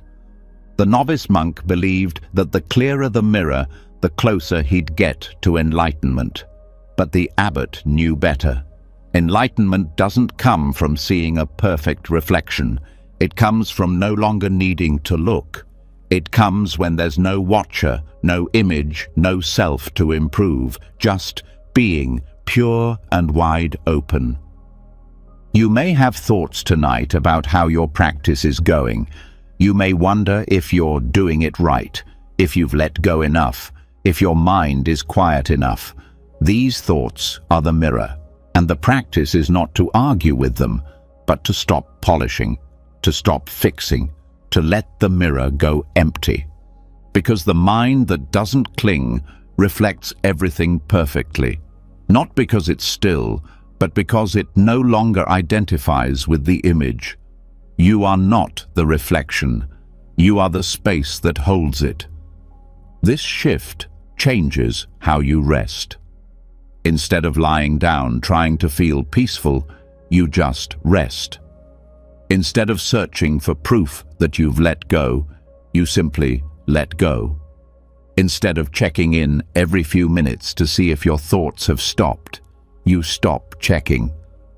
And something deeper begins to settle, not because you forced it, but because you stopped interfering. This is where true stillness begins, not in having no thoughts, but in no longer needing them to go away. Not in seeing yourself clearly, but in not needing to be seen. The more you drop the image of who you are supposed to be, the more freedom you feel in who you already are. The empty mirror doesn't reflect status. It doesn't compare. It doesn't create. It only receives. It watches the rising and falling of each moment without commentary. And that kind of awareness is where real peace lives, not in outcomes, but in openness. So tonight, let the thoughts come without analysis. Let the feelings rise without interpretation. Let the breath move without being turned into a project. Let everything appear as it is and pass as it must. The mirror doesn't need to hold it. You don't need to hold it. You are already whole without the reflection. The novice eventually put the mirror down, not because he gave up, but because he finally understood. There was never anything wrong with the mirror. There was just nothing left to polish. Let this be your mirror tonight, clear, quiet, and empty. Let the image fade. Let the self rest. Let awareness hold what arises without trying to make it mean anything. This is enough. You are enough. Nothing more needs to be seen. And now that the mirror has been set down, now that the need to reflect has been released like breath at the end of a long exhale, what remains is not a clearer image, but space. Not a summary of the self, but a quiet openness that no longer chases understanding. And from within this openness comes the next lesson. Not a teaching of what to add, but a teaching of what to let go. Not more to carry, but less to hold. Not a full cup, but one that holds only space. The Heart Sutra, one of the most revered teachings in Mahayana Buddhism, speaks a line that echoes through centuries. Form is emptiness, and emptiness is form. On the surface, it sounds abstract. But within these words lies the very nature of peace. Peace, not as something achieved, but something allowed.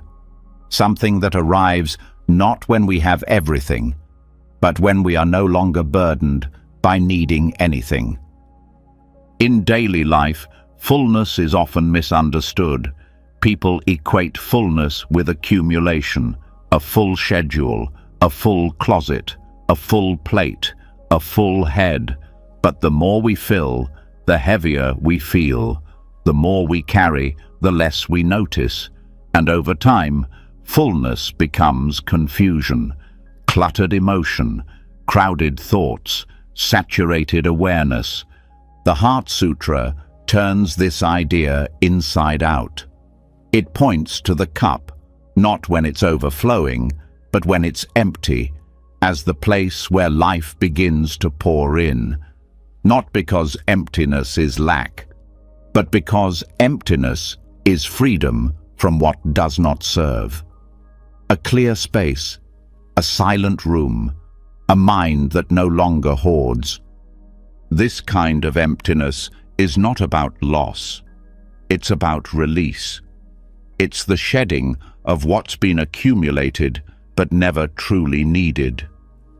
Expectations, labels, emotional baggage passed down like inheritance, stories that were never yours, pain that never had to be permanent. All of it fills the cup, leaving no room for stillness.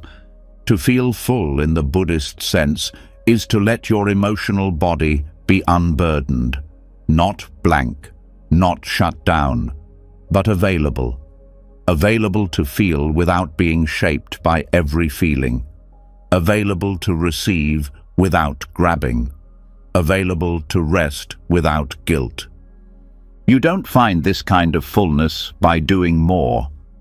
You find it by seeing clearly what's no longer needed and releasing it, one thought at a time. Not with anger, not with dramatic gestures, but like breath leaving the body, naturally, unforced. There's a teaching that says you can't pour tea into a cup that's already full. The same is true with presence. You cannot experience peace if the mind is stuffed with unresolved noise. You cannot enter rest if your soul is dragging too much behind it. You cannot feel whole when you are crowded with things you were never meant to carry. So the practice becomes subtraction, gently, patiently. You don't rip things away, you become aware. This resentment, do I need it? This belief, has it served me lately? This memory, am I ready to stop living inside it? And one by one, the unnecessary begins to fade. This is not erasure, it is refinement. Letting the layers that have crusted over the heart soften. Letting the emotions that linger, not because they're useful, but because they're familiar, finally leave. Not pushed away, but bowed to and released. In this way, emptiness becomes sacred.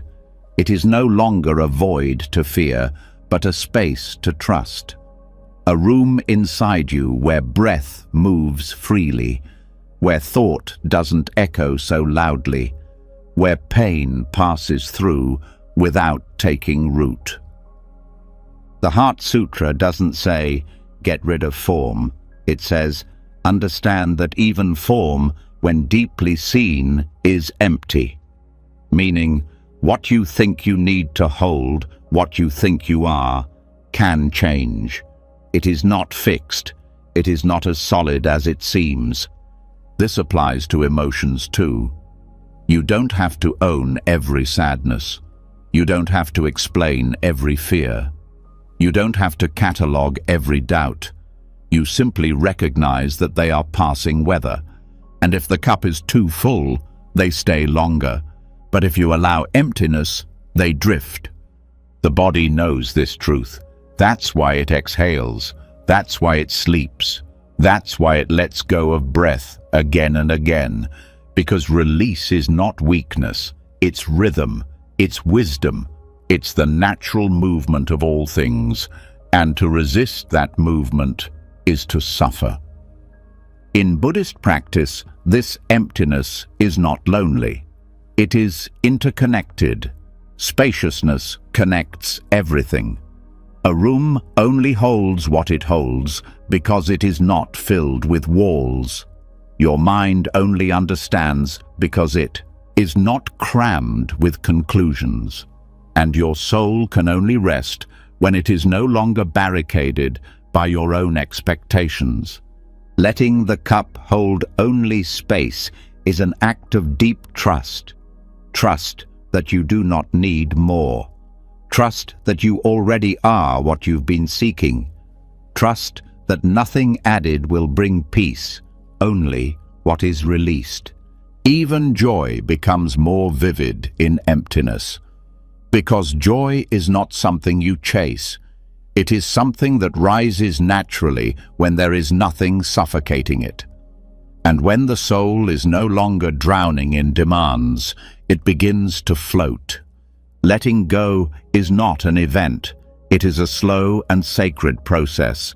Some things leave easily, others return again and again. But even that return is part of the practice. Each time you meet it with gentleness, you thank it, you learn from it, and if you're ready, you let it leave. This does not mean you detach from all of life. It means you stop attaching meaning to everything that passes through. You stop collecting every feeling as a souvenir. You stop filling your heart with every headline, every memory, every ache. You begin to live like the sky again. You begin to feel like the breath, coming, going, never trapped. And the cup inside you, once filled with so many voices, begins to echo with silence. Not emptiness as lack, emptiness as freedom. So, as you lie here tonight, ask gently, what have I been holding too long? What story have I told too many times? What emotion am I ready to feel fully and let move on? Let those answers come slowly. Let them float up without force. And as they do, let them pour out. Let the cup be empty. Let the space remain. Let yourself know that in this emptiness, nothing is missing. Because when the craving stops, when the self-inventory fades, when the inner collector rests, that is where true fullness begins. Not by adding more, but by needing less. Not by doing more, but by allowing what is. Not by chasing peace, but by making room for it to arrive. And right now, the room is ready. The cup is clear, and nothing more needs to be poured in. And now that the cup holds only space, now that the mind no longer clings and the heart no longer overflows with what doesn't belong, a new kind of energy begins to reveal itself. Quiet, steady, unforced. It's not the kind of fire that demands to be seen. It's not urgency. It's not adrenaline. It's the slow, glowing warmth of something ancient and lasting. This is the strength that doesn't shout. This is compassion, not as a feeling that comes and goes, but as a source of gentle endurance that never burns out. In many Buddhist texts, compassion, karuna, is spoken of not as emotion, but as a fuel. It's not the soft, fragile kindness people often imagine. It is something much stronger, something that can keep you walking even when the path feels endless, something that keeps your heart open even when the world gives you every reason to close it. True compassion is not drained by effort. It replenishes itself with each act, like a candle that lights another without losing its own flame. This kind of strength does not come from motivation or mood. It doesn't depend on whether the day went well or whether people were kind. It comes from something deeper, a choice to stay soft when it would be easier to go numb, a decision to care without collapsing, a practice of holding space for others and yourself without turning it into a performance. Many confuse compassion with weakness, but in Buddhist tradition, it is one of the highest forms of power. Not power over others, but power within. The kind that lets you keep showing up, even in the presence of pain. The kind that lets you forgive, not because you forget, but because you don't want to carry the bitterness anymore. The kind that lets you listen without needing to fix, to witness suffering without becoming swallowed by it. The bodhisattvas, beings who vow to awaken not just for their own sake, but for all sentient beings, are often described as having compassion that spans lifetimes. Not a single act, not a burst of empathy, but an endless reservoir of care. This is what it means to endure gently, to love not with drama, but with discipline, not with loud passion, but with unwavering warmth. When you look at your own life, you can probably remember moments when your heart wanted to shut down, when pain felt like too much, when people disappointed you, when your own mistakes made you question your worth. And still, here you are, still breathing, still caring. That's the candle. That's the quiet strength that didn't burn out. That's compassion. It is not always grand. Sometimes it's as simple as offering a smile when you feel tired. Sometimes it's pausing to breathe instead of lashing out. Sometimes it's staying present in a difficult conversation. Sometimes it's forgiving yourself for not being perfect. These acts don't look like much, but they keep the flame alive. And what's important to understand is that compassion doesn't mean absorbing everyone else's suffering. It doesn't mean sacrificing yourself until you are empty. That's not endurance, that's burnout. Real compassion includes boundaries. It includes care for the self. It says, I will show up, but I will not lose myself in the process. In meditation, there's a practice called metta, or loving kindness. It begins with sending care to yourself, not as selfishness, but as foundation, because you cannot sustain compassion for others if you are filled with self-hatred. You cannot offer calm if your own heart is on fire. You must tend to your own flame first.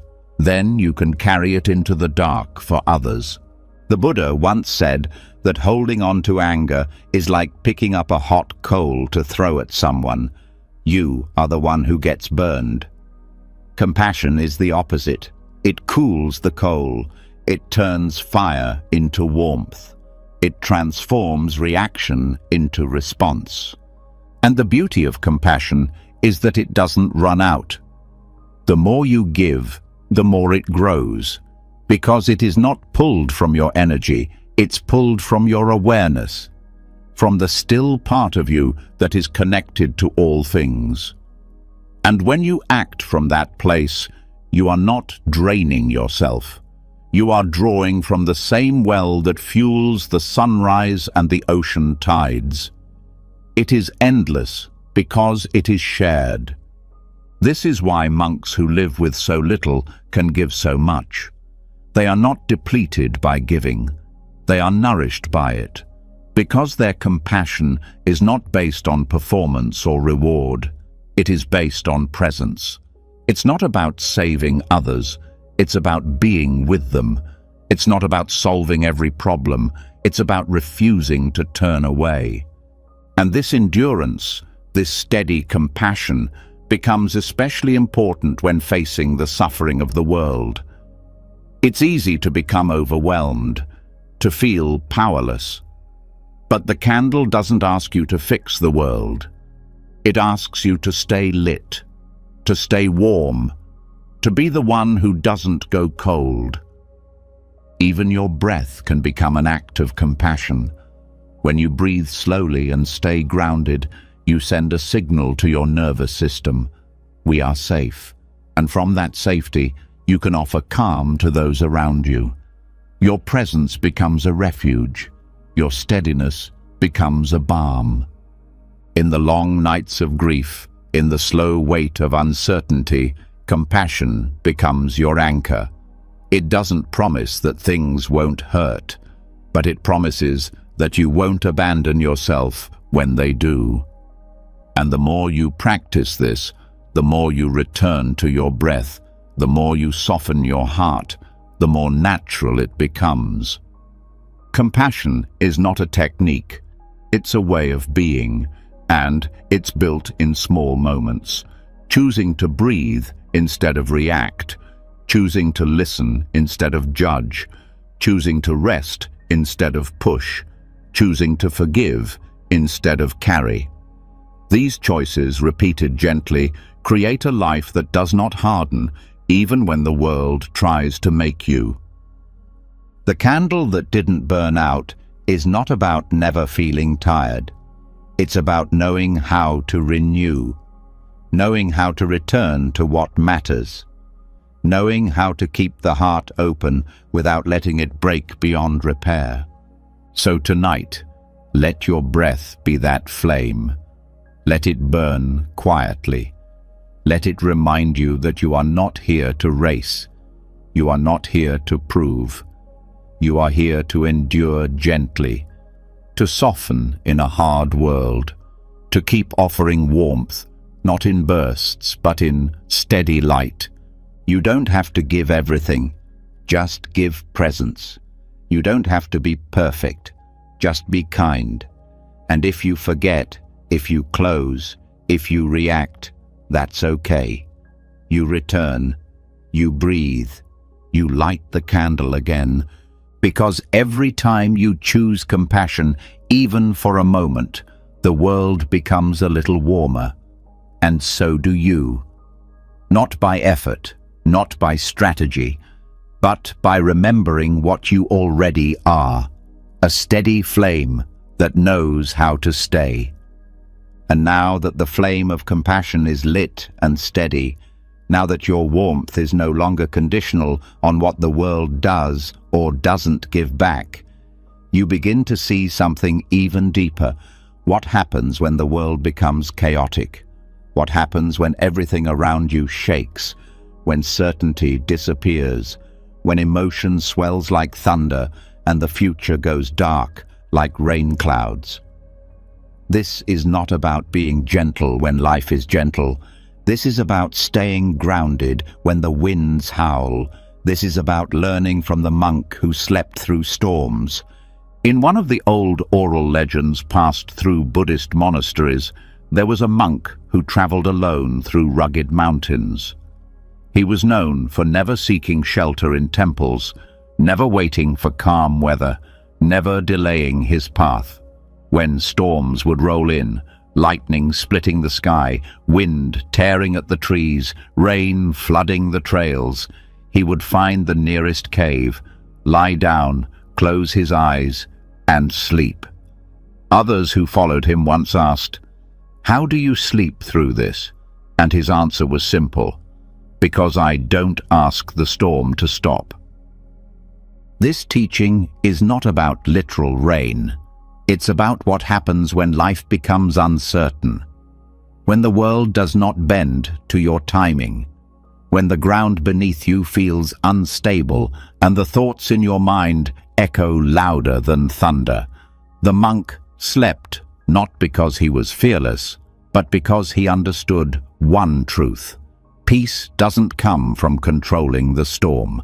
It comes from finding shelter that doesn't depend on anything outside of you. The present moment is that shelter. It is not made of walls. It doesn't need to be quiet or easy, but it is always available. And yet, most people try to escape it, especially when it gets hard. The moment something becomes uncomfortable, mentally, emotionally, physically, the mind runs. It remembers the past. It predicts the future. It builds escape plans. But the monk's practice was the opposite. He entered the discomfort.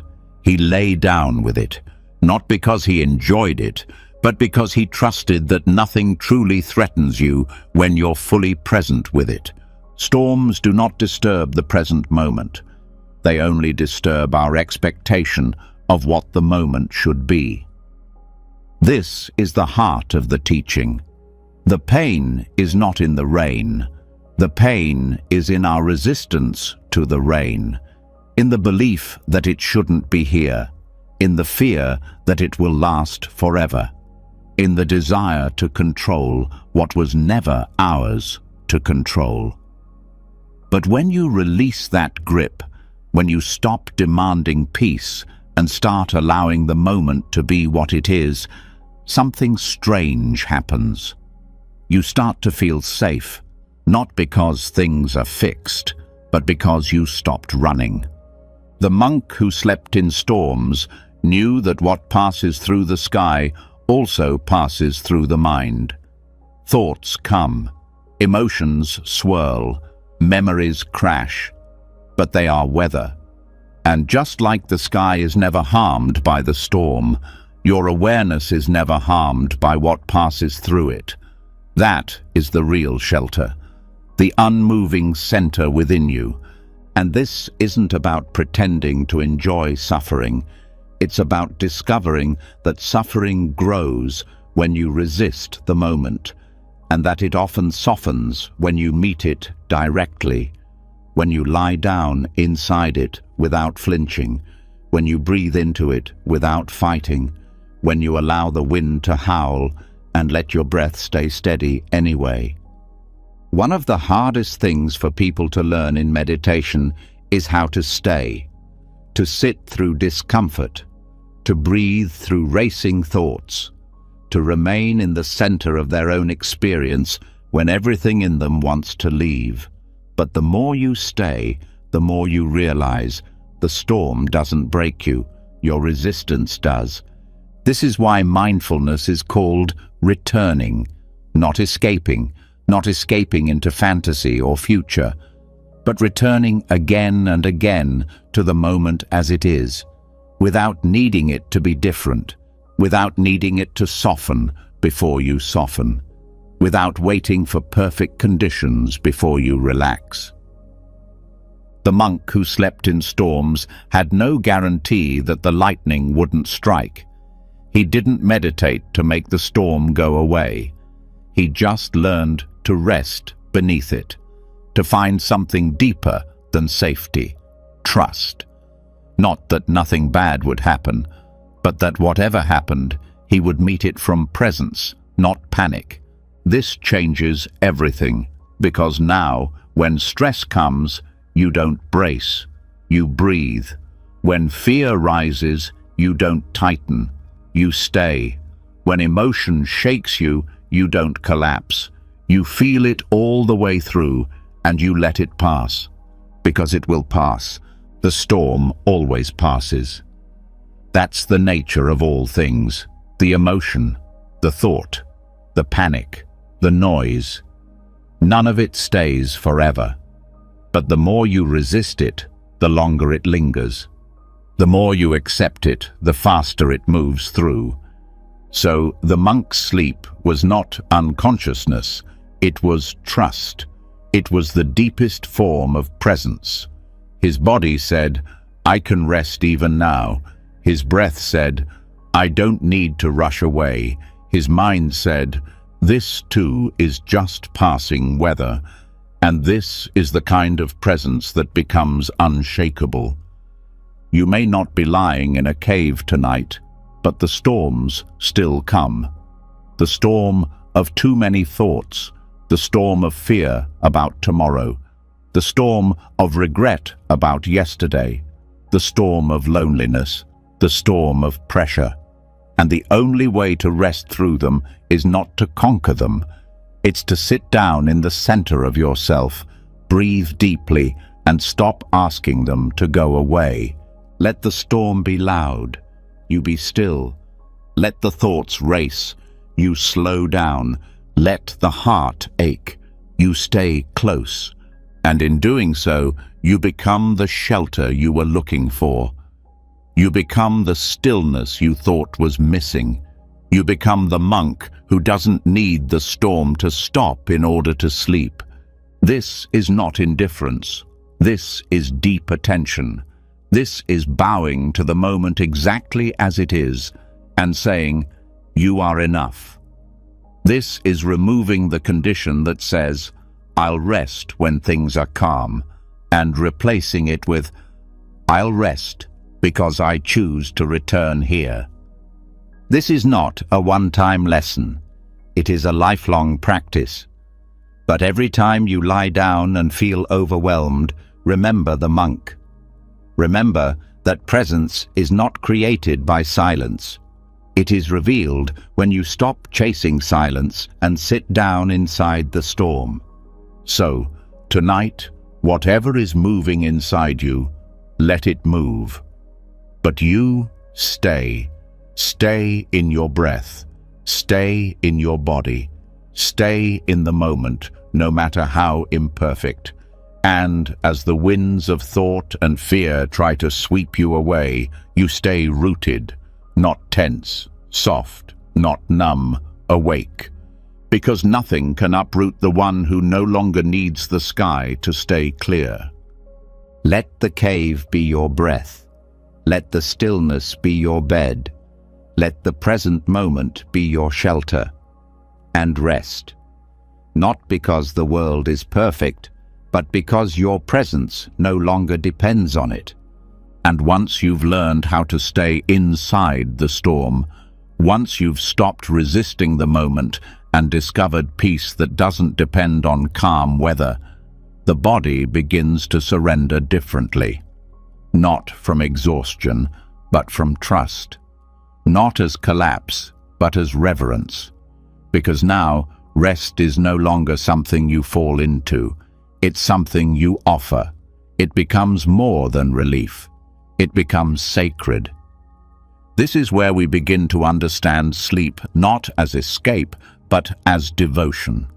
In many Buddhist traditions, even rest is treated as a form of puja, a spiritual offering, not to please a deity, but to align the heart with humility. It's a way of saying, "This too I give back." The breath, the body, the thoughts, the tension, all laid down like a candle before the altar of life. Not because you're tired, but because you're grateful. And this subtle shift from sleep as a need to sleep as a gift transforms the entire act. Most people see rest as downtime, a break from responsibility, a necessary pause before the next round of doing. But Buddhism invites a different view. It teaches that everything, when done with awareness, becomes part of the path. Washing a bowl, walking down a path, closing your eyes. If done with presence, each becomes an act of return, a way of saying, "Here I am again." And what could be more sacred than the moment the body softens and the mind dissolves into trust? To offer sleep as puja means entering rest not with resistance, but with ritual. It begins with intention. Before you lie down, you pause. You acknowledge that this moment is not separate from your practice. You don't crash into the bed. You arrive in it. You don't abandon yourself as you fall asleep. You meet yourself at the threshold. You say, in silence or out loud, "May this rest serve more than my body. May it restore my heart. May it offer something back to the world." This doesn't have to be religious. It doesn't need incense or chanting. It needs sincerity. It needs awareness. The smallest gesture can become sacred if you meet it with depth. Even the way you place your head on the pillow can become a bow. In many monasteries, monks close their eyes with their palms together, not for show, not out of superstition, but as a reminder. This is not just sleep. This is surrender. This is the letting go of striving, the pause of self-definition, the silence after a day of seeing, judging, reaching, fixing. And in that pause, something larger is allowed to hold you. The body knows how to rest, but the heart often doesn't. It's filled with guilt, with thoughts of unfinished business, with doubts about whether it has earned rest. This is why treating sleep as an offering changes everything. You are no longer trying to deserve rest. You are dedicating it. You are saying, "Let this be part of the path. Let this be useful, even in stillness." This is a powerful antidote to the modern world, where rest is often seen as weakness, where being tired is treated like a failure, where sleep is something you fight to earn rather than something you bow into.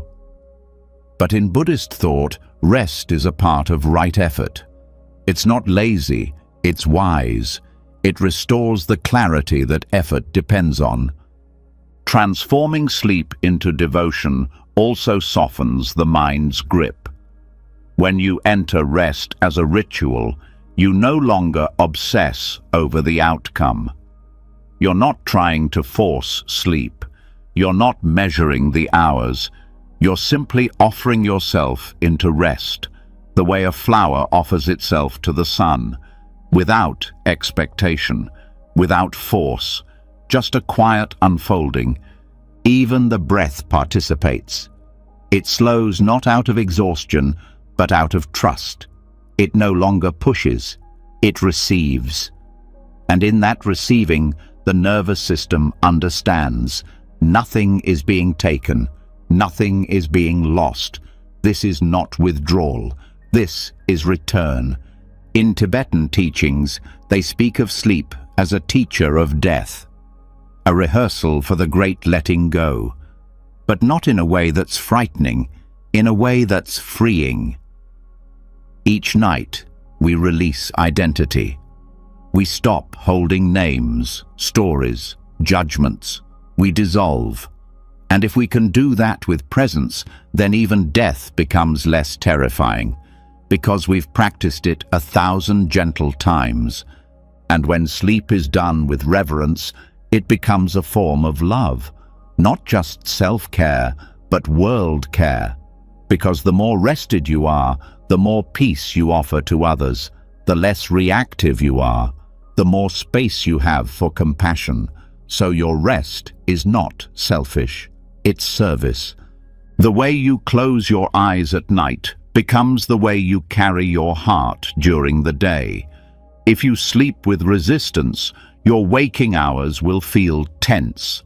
If you sleep with surrender, your waking hours will feel open, not because sleep fixes everything, but because it recalibrates the soul. This is why the Buddha encouraged his disciples to be mindful in every posture: sitting, standing, walking, lying down. Rest was not an exception.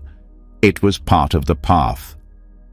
The body lying down is not falling away from awareness, it is deepening it. And so, tonight, as you prepare for sleep, ask yourself gently, what would it feel like to offer this rest instead of collapse into it? What would it feel like to make this moment part of your practice instead of a break from it? Maybe you place your hand on your heart. Maybe you whisper words of gratitude. Maybe you exhale with the awareness that even this breath is enough. You don't need to recite mantras. You don't need to be perfect. You only need to be sincere. Let the bed become your altar. Let your stillness be the incense. Let the softness of your body be the chant. And let the act of rest be your offering.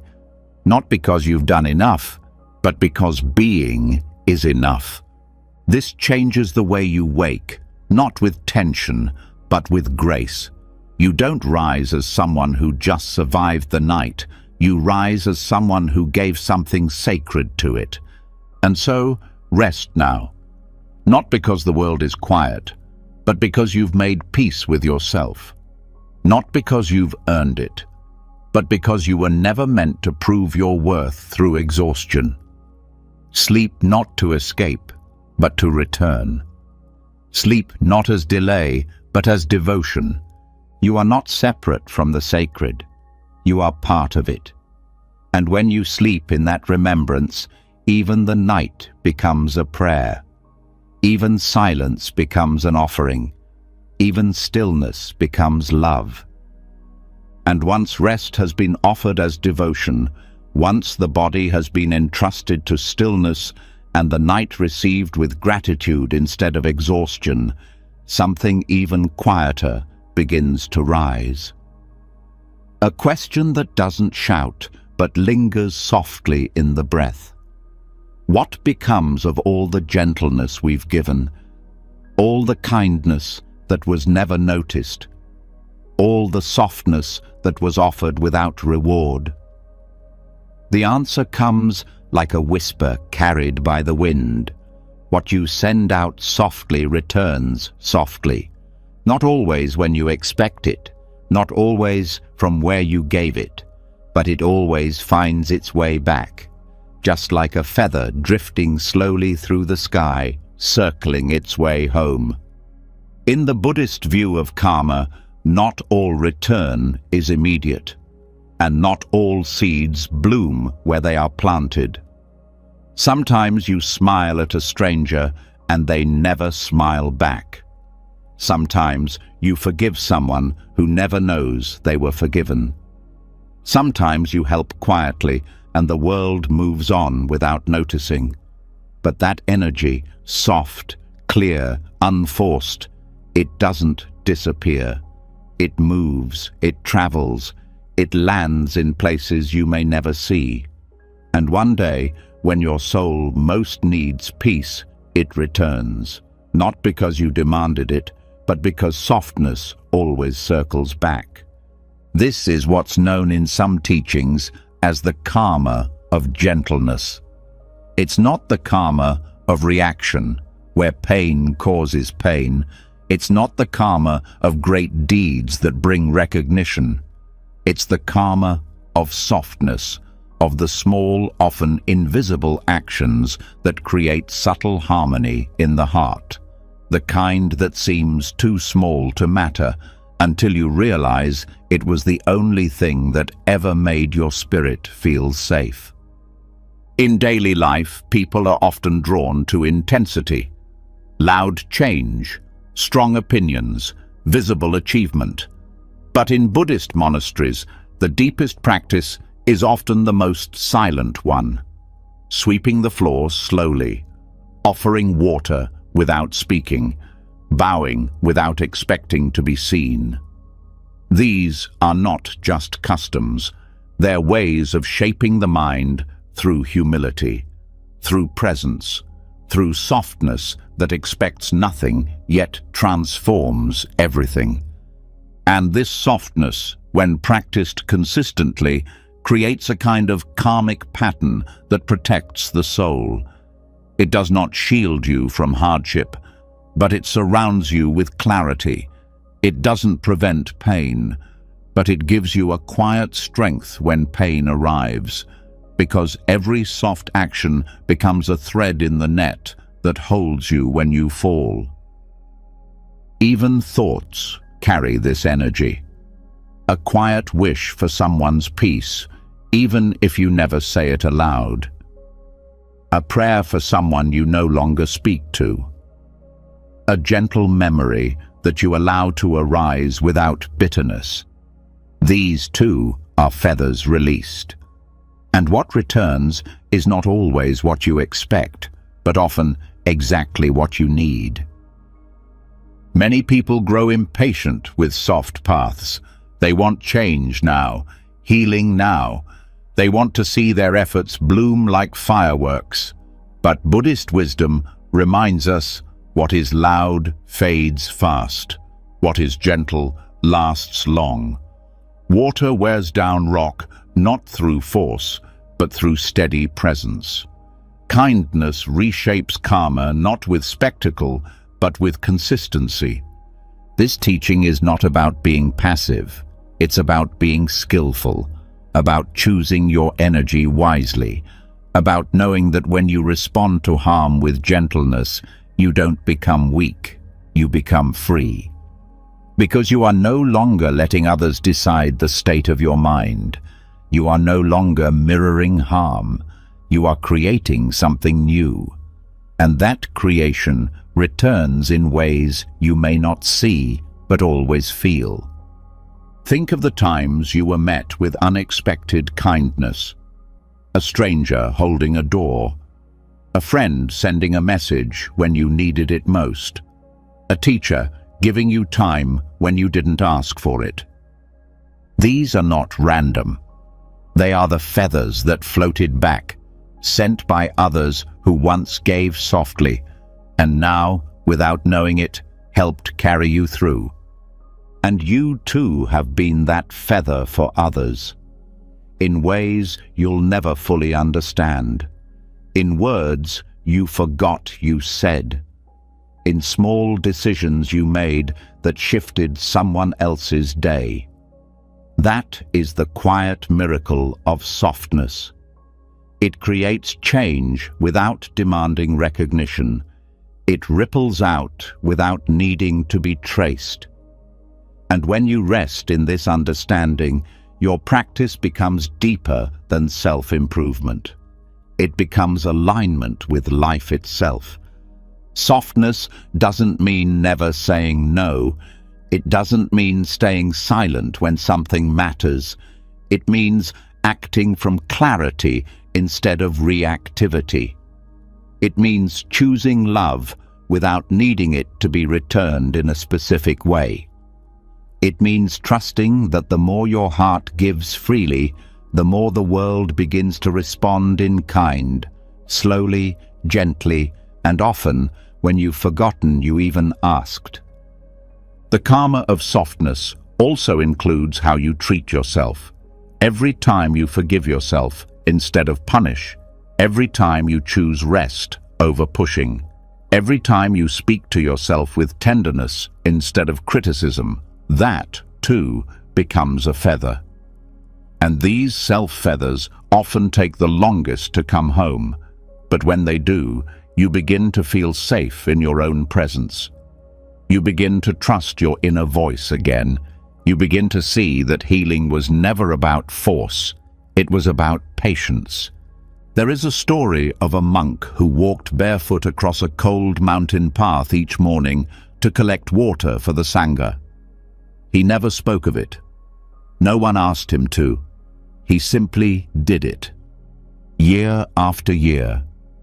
And in his final days, as his body weakened, the same students who once slept through his walks began carrying him to the river instead.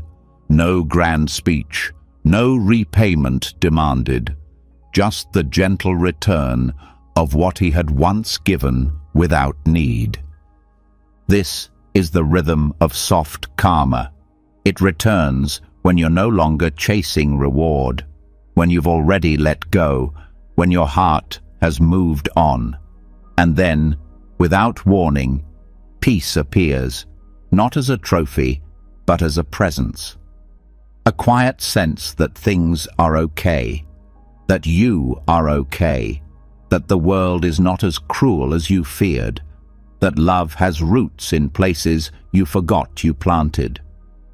Tonight, as your breath slows, notice the softness you've sent into the world, whether or not it was noticed. Let it return in feeling, not in memory. Let it hold you without needing explanation. Let it remind you that kindness is never wasted, that peace is not built in a day, that every quiet gesture mattered more than you realized. Let this awareness settle into your bones. Let it become part of your rest. And let each breath be a feather you offer back, weightless, sincere, and full of life. What floats away with softness always finds its way back, not to the mind, but to the soul, where it was always meant to land. And now that the feathers of softness have returned and settled quietly into the soul, now that you've begun to feel the peace that flows not from effort, but from intention, the next teaching asks for even less. Not because less is better, but because less is truer. Not because silence must be created, but because silence already exists beneath what is stirred. The question is no longer how to achieve calm, but how to stop disturbing what is already still. This is where we enter the lesson of the lake that never asked to be still. In Buddhist practice, the idea of stillness is often misunderstood. People think it means stopping thought, removing emotion, emptying the mind by force. But these are just new forms of agitation, new ways of stirring the water while telling ourselves we're trying to calm it. Real stillness, the kind that arises from awareness, doesn't need to be manufactured. It reveals itself when we stop trying to manage everything, when we stop stirring the surface and begin to trust what lies beneath. A lake becomes still not because it tries to still itself, but because the wind stops. And the wind stops when it is no longer being fed. Fed by judgment, fed by resistance, fed by the constant desire to be somewhere else, feel something else, become someone else. But when attention is placed gently and consistently on what is, on the breath, on the body, on the present moment, the wind quiets, and in that quiet, the lake reflects perfectly. This reflection is what the Buddha meant when he spoke of the mind as clear and luminous. Not clear because it is always empty, but clear because it no longer clings. A mind that clings creates waves. A mind that allows creates space. This is not about effort. This is about alignment. The water does not struggle to settle. It only needs to be left alone. But the modern mind is trained to interfere. It's trained to optimize, to fix, to improve, even in meditation. You sit down to rest, and immediately there's a plan. Be calm, focus more, eliminate that distraction. The mind, trying to be still, becomes more restless, like stirring the lake to make it clearer. But Buddhist teachings remind us clarity comes when we stop the stirring. This is why awareness is not about control. It's about inclusion. You do not remove what's present, you allow it. You let the fear sit. You let the boredom breathe. You let the noise pass through. And in that allowing, your presence deepens, and the waters begin to settle. Not because you made them, but because you stopped interfering. Even emotions respond this way. Anger flares because we argue with it. Anxiety spikes because we fear it. But if you stop trying to fix the feeling and simply give it space, it starts to soften. It moves like weather across the lake, passing without leaving a mark. You don't need to fight it. You only need to stay. This is why monks don't try to achieve peace. They prepare conditions for peace. They sweep, they walk slowly, they chant, they breathe. And these simple acts are not to create silence. They're to stop disturbing it. They're to return the body and mind to the natural rhythm that already contains stillness. It's easy to believe that calm is rare, that it must be hunted down in retreats, in special routines, in silence so deep the world disappears. But calm is not rare. It is buried under habit, buried under reactivity, buried under thought loops that say, not this moment, not yet, not like this. But the moment you stop feeding those loops, the lake starts clearing. You don't need to wait for a better time. You don't need to wait until your life is simpler. The stillness you seek is not in the conditions. It's in the quality of attention you bring. If your breath is present, if your awareness is kind, if your effort is dropped, the water reflects what's real. This changes your relationship with discomfort. You stop trying to make everything feel okay.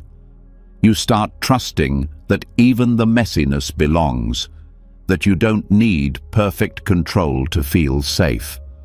You only need to stop stirring what was never yours to fix. You begin to realize that peace doesn't require removal, it requires space. And when you give space to your thoughts, to your body, to the people around you, something surprising happens. The frantic energy begins to fade. Not because you forced it out, but because it was never meant to stay. Like a storm that loses interest when there's no resistance. The lake doesn't resist the rain. It doesn't resist the sun. It reflects whatever comes. And then it returns to stillness. You can live this way too. You can respond without clinging. You can experience without becoming. You can allow without absorbing. That's the calm that doesn't leave you, because it was never outside you. Buddhist presence isn't about always being peaceful. It's about always returning. Returning to what is true beneath the movement. Returning without needing the movement to stop. Returning with breath, with awareness, with softness. Not as a strategy, but as a way of remembering what you are. You are not the wave. You are the water. So as you lie here tonight, let yourself stop stirring. Let the thoughts come without pushing them away. Let the body rest without adjusting it to perfection. Let the breath move without needing to guide it. Trust that stillness is not something you'll find. It's something you'll uncover when you stop searching. Let the lake be your mind now. Deep, still, waiting. Not because you've conquered anything, but because you've released the need to conquer. And in that release, the water clears, the wind fades, the reflection returns, and peace is not given, it is revealed. And now that the lake has been allowed to rest, now that the surface reflects without effort, and the silence reveals itself without demand, the next understanding doesn't arise from stillness. It vibrates from within it. It isn't loud, it doesn't move through the ears, but it's deeply felt, like the hum of something sacred that doesn't need to speak to be heard. This is the bell that rings without sound, the tone of your inner life, a quiet resonance that can guide you deeper than words ever could. In Zen poetry, there's an image often repeated: a bell that rings, yet no sound is made. It's not a contradiction. It's a symbol for presence that is so complete it no longer needs to be announced. A peace so rooted it doesn't show itself through silence or through speech, but through the feeling it leaves behind. The people who carry this tone don't always look peaceful. They don't have perfect posture or slow, deliberate movements. But something in their presence feels safe. Something in their energy doesn't ask questions. It gives answers without needing to say anything. This is what it means to develop an inner tone, not a persona, not a performance, but a deep and natural rhythm that you carry into the world. It's shaped not by what you say or how you present, but by how you hold what's inside. You could be in a loud city, a busy room, a difficult conversation, and still carry this resonance. You could be in conflict, in grief, in fatigue, and still carry it. Because it doesn't depend on mood. It doesn't rely on control. It is born from practice. This tone is not taught the way speech is taught. You don't rehearse it. You return to it. Every time you sit in stillness, every time you meet a feeling without judging it, every time you choose to breathe through difficulty instead of react, you are tuning that bell, and slowly its sound, though silent, begins to move through your body, your thoughts, your life. It becomes the energy you enter a room with, the way people feel after they've left your presence. Not because you fixed them or said something profound, but because you were settled. Because your nervous system spoke the language of calm without needing to explain itself. In Zen, the greatest teachers often taught the least. They sat, they walked, they lived their lives in alignment, and that became the teaching. Their tone was the message, their silence louder than words, not because they had no thoughts, but because their thoughts no longer carried them away. They let thought arise and fall like wind through reeds, and what remained was the hum beneath it all. This hum lives in everyone, but most don't hear it because of the noise they build around it. Plans, regrets, expectations. But if you sit long enough, quietly enough, kindly enough, you begin to feel it. A kind of inner warmth, a resonance that doesn't ask you to become anyone else. It just reminds you of what you are when you're not trying so hard. This tone is not something you produce, it's something you allow. It's what arises when effort is dropped, when the need to sound wise is replaced with the willingness to be real, when the need to fix your mind is replaced with the courage to befriend it. It doesn't mean your life will always be quiet. It means you will no longer depend on quiet to feel whole. You begin to carry silence with you. Not emptiness, but fullness. Not numbness, but presence. The kind of presence that makes people pause without knowing why. That makes you breathe deeper without trying. And this inner tone becomes especially powerful at night. When your thoughts want to review the day. When your body wants to carry tension into sleep. when your mind wants to fill the silence with analysis. Instead of fighting all that noise, you return to your tone. You let it ring, not as sound, but as sensation, as breath, as the echo of something still and undisturbed. There are nights when your thoughts will be loud, but the tone will still be there, beneath them, supporting you like a hand you can't see but always feel.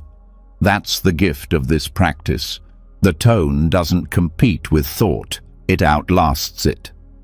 And how do you find this tone? You don't chase it, you don't analyze it. You meet yourself with presence, again and again. You listen to the silence beneath your breath. You feel the way your chest rises, not to fix it, but to notice it. You become aware of the part of you that's always been listening, even when the rest of you was distracted. The bell rings in that space, and when your tone becomes familiar, it starts to reshape your reactions. You stop responding from panic. You stop needing to defend. You begin to listen more, to need less. You speak more slowly, but only because you're no longer trying to prove anything. You're rooted, not because life became easier, but because you became less tangled in it. This tone becomes the rhythm of your relationships. You stop pulling people in. You stop pushing them away. You simply resonate, and those who feel safe in your tone stay. Not because you tried to keep them, but because they remembered themselves in your presence, and you in theirs. There's an old Zen saying, "When the bell is struck, the mountain answers." Meaning, when your tone is real, the world responds in kind. Not always instantly, not always predictably, but deeply. That tone becomes your offering, not a performance, a presence, not a message, a way of being. And when you carry it into sleep, it becomes the final offering of your day. You don't need to summarize your progress. You don't need to recount your mistakes. You just rest in that tone, letting it hum beneath the surface, letting it hold you, letting it echo in your breath until the breath becomes deeper than thought. This is not metaphor. It is felt. And once it's felt, it is never forgotten. So let the bell ring now, without volume, without story. Let your body hum with the memory of peace. Let your soul echo without words. Let the night carry you, not into escape, but into that quiet resonance that never leaves. The bell that rings without sound is already ringing inside you. All you have to do is stop speaking and feel it. And now that the bell has rung without sound, now that its silent tone has settled into the body like a hum beyond language, there's no need for more volume, more explanation, or more answers. What lingers is not a conclusion, but a feeling, an echo that speaks without requiring a single word. And this is what leads us into the next teaching, the wisdom of not needing to finish the story, not needing to control the plot, not needing every question to resolve before rest can begin. Because peace is not the end of the story, it's the space where the story is allowed to keep unfolding. In many Buddhist traditions, stories are not told to reach a point. They are told to reveal something deeper than a point, something alive, shifting, open-ended. Unlike many modern narratives that demand closure, Buddhist storytelling invites you to sit with the part of the tale that never quite lands, the part where the meaning is not certain, where the ending is not tidy. Not because life is incomplete, but because it was never meant to be wrapped up like a solved equation. There is a Zen koan that goes like this. A monk asked his teacher, "What is the meaning of life?" The teacher replied, "Rice in the bowl, water in the pail." That's it. No explanation, no philosophical answer, just daily life, just what is. The story ends not with clarity, but with presence. And in that presence, the need for explanation dissolves. This is one of the most difficult teachings to absorb, that you don't have to fix the story of your life in order to find peace. You don't have to rewrite the past. You don't have to figure out the perfect next chapter. You don't have to explain every emotion or make sense of every experience. You are allowed to be a story that tells itself. The mind is trained to edit constantly. This shouldn't have happened. I should be farther along by now. Why did I do that? But each of these thoughts is an attempt to grab the pen and rewrite what has already been written. And the more you do that, the more you pull yourself away from the page you're actually living. The more you analyze the plot, the less you live the moment. Buddhist practice teaches that the narrative mind, the part that always needs to label, summarize, and resolve, is only one layer of awareness. Beneath that layer is something quieter, not a narrator, a witness, a presence that doesn't need the story to be different. That presence doesn't ask, "How does this end?" It simply asks, "What is this right now?" And in that shift, the urgency drops. The need to control softens. This doesn't mean you stop caring about your life. It means you stop squeezing it into a shape. You stop demanding that every relationship makes sense. You stop needing every choice to be justified. You begin to allow the beauty of a chapter that doesn't need to lead to a climax. You begin to sit with the middle of things, the changing of things, the mystery of things, and not treat any of it as a problem. The story that tells itself is never rushed.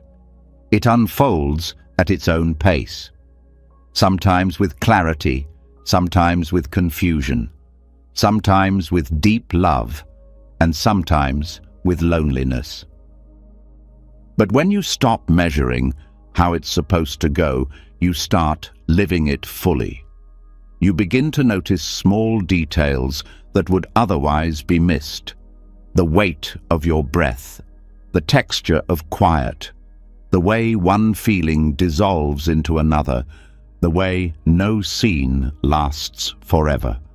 And in Buddhist storytelling, even the ending is never really the end. One tale flows into another. One teacher's lesson becomes the seed of a student's practice. One silence carries more depth than 100 explanations. The story is not there to define you. It's there to awaken you. When you try to fix the plot, you are saying that the present moment isn't enough, that something must be added or removed for it to be worthy. But the more you practice mindfulness, the more you realize everything that's happening now is the story. There is no destination to reach before peace can begin. Peace begins the moment you stop rewriting and start listening. Even your mistakes are part of the story, not side notes, not accidents, just sentences that didn't go the way you expected. And maybe they never needed to. Maybe their value isn't in how they ended, but in what they revealed while they happened. Maybe the version of you who existed in that chapter was exactly who you needed to be to learn what you know now. The practice, then, is not to become the perfect author of your life. It's to stop resisting the authorless nature of it. Life is writing itself through you, moment by moment, breath by breath. You are not the entire book. You are the page that is being written right now. And that page doesn't need to make sense to be sacred. This also means you don't have to know how the current moment fits into the bigger picture.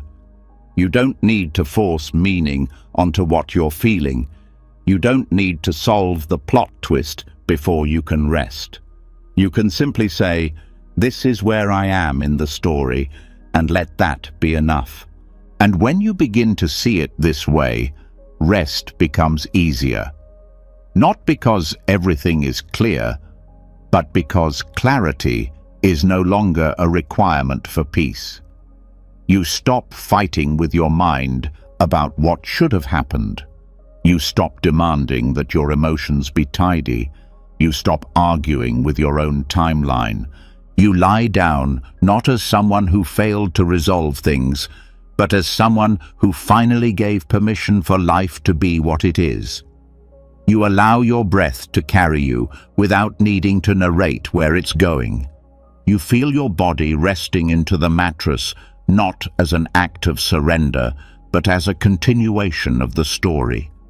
The chapter that ends not with punctuation, but with presence. There are many stories in Buddhist texts that don't resolve. A master offers a cryptic answer. A student bows and walks away. A moment passes, and nothing more is said. Yet something deep is understood, not in the mind, but in the heart, in the place where meaning doesn't need to be named, to be felt. This is how your life becomes a sacred text, not because it is flawless, but because it is true, because it is lived with awareness, because it no longer resists its own unfolding. So, tonight, let the story continue. Let the unanswered questions stay open. Let the past remain unwritten. Let the future come without scripting it in advance. Let the plot be unpolished, incomplete, full of pauses, and let it be beautiful in its lack of resolution. You don't need to write the ending. You only need to live the sentence you're in. Let it breathe. Let it be ordinary. Let it be honest. And trust that the story knows where it's going, even if you don't. The story that tells itself was never lost. It was just waiting for you to stop interrupting it. So now, breathe and let the next line arrive. And now that the story is no longer being forced to make sense, now that the plot is allowed to breathe and unfold without your constant editing, something subtle begins to emerge. A kind of quiet light. Not the blinding light of conclusions or breakthroughs, but the soft, flickering kind that shows up when you're not looking for it. A light that doesn't ask to be chased. This is where the next lesson begins, not in search, but in sight. Not in achievement, but in attention. The firefly path waits for those who are finally done trying to light up the whole world at once. In the deep forests where monks retreat to live in silence, there are no city lights, no glowing street lamps to depend on, and often there are no answers either, only the soft, open questions of nature. At night, the only lights that dance through the trees are fireflies, small, brief, unreliable in the traditional sense. And yet, they are enough. The monks do not chase them. They sit and watch. They allow those flickers to guide their eyes, their breath, their practice. Not because they show everything, but because they show something. And something is always enough if you're not demanding everything. This is the heart of the teaching. You don't need a grand awakening to feel alive. You don't need permanent clarity to move forward. You don't need a spiritual explosion to be at peace.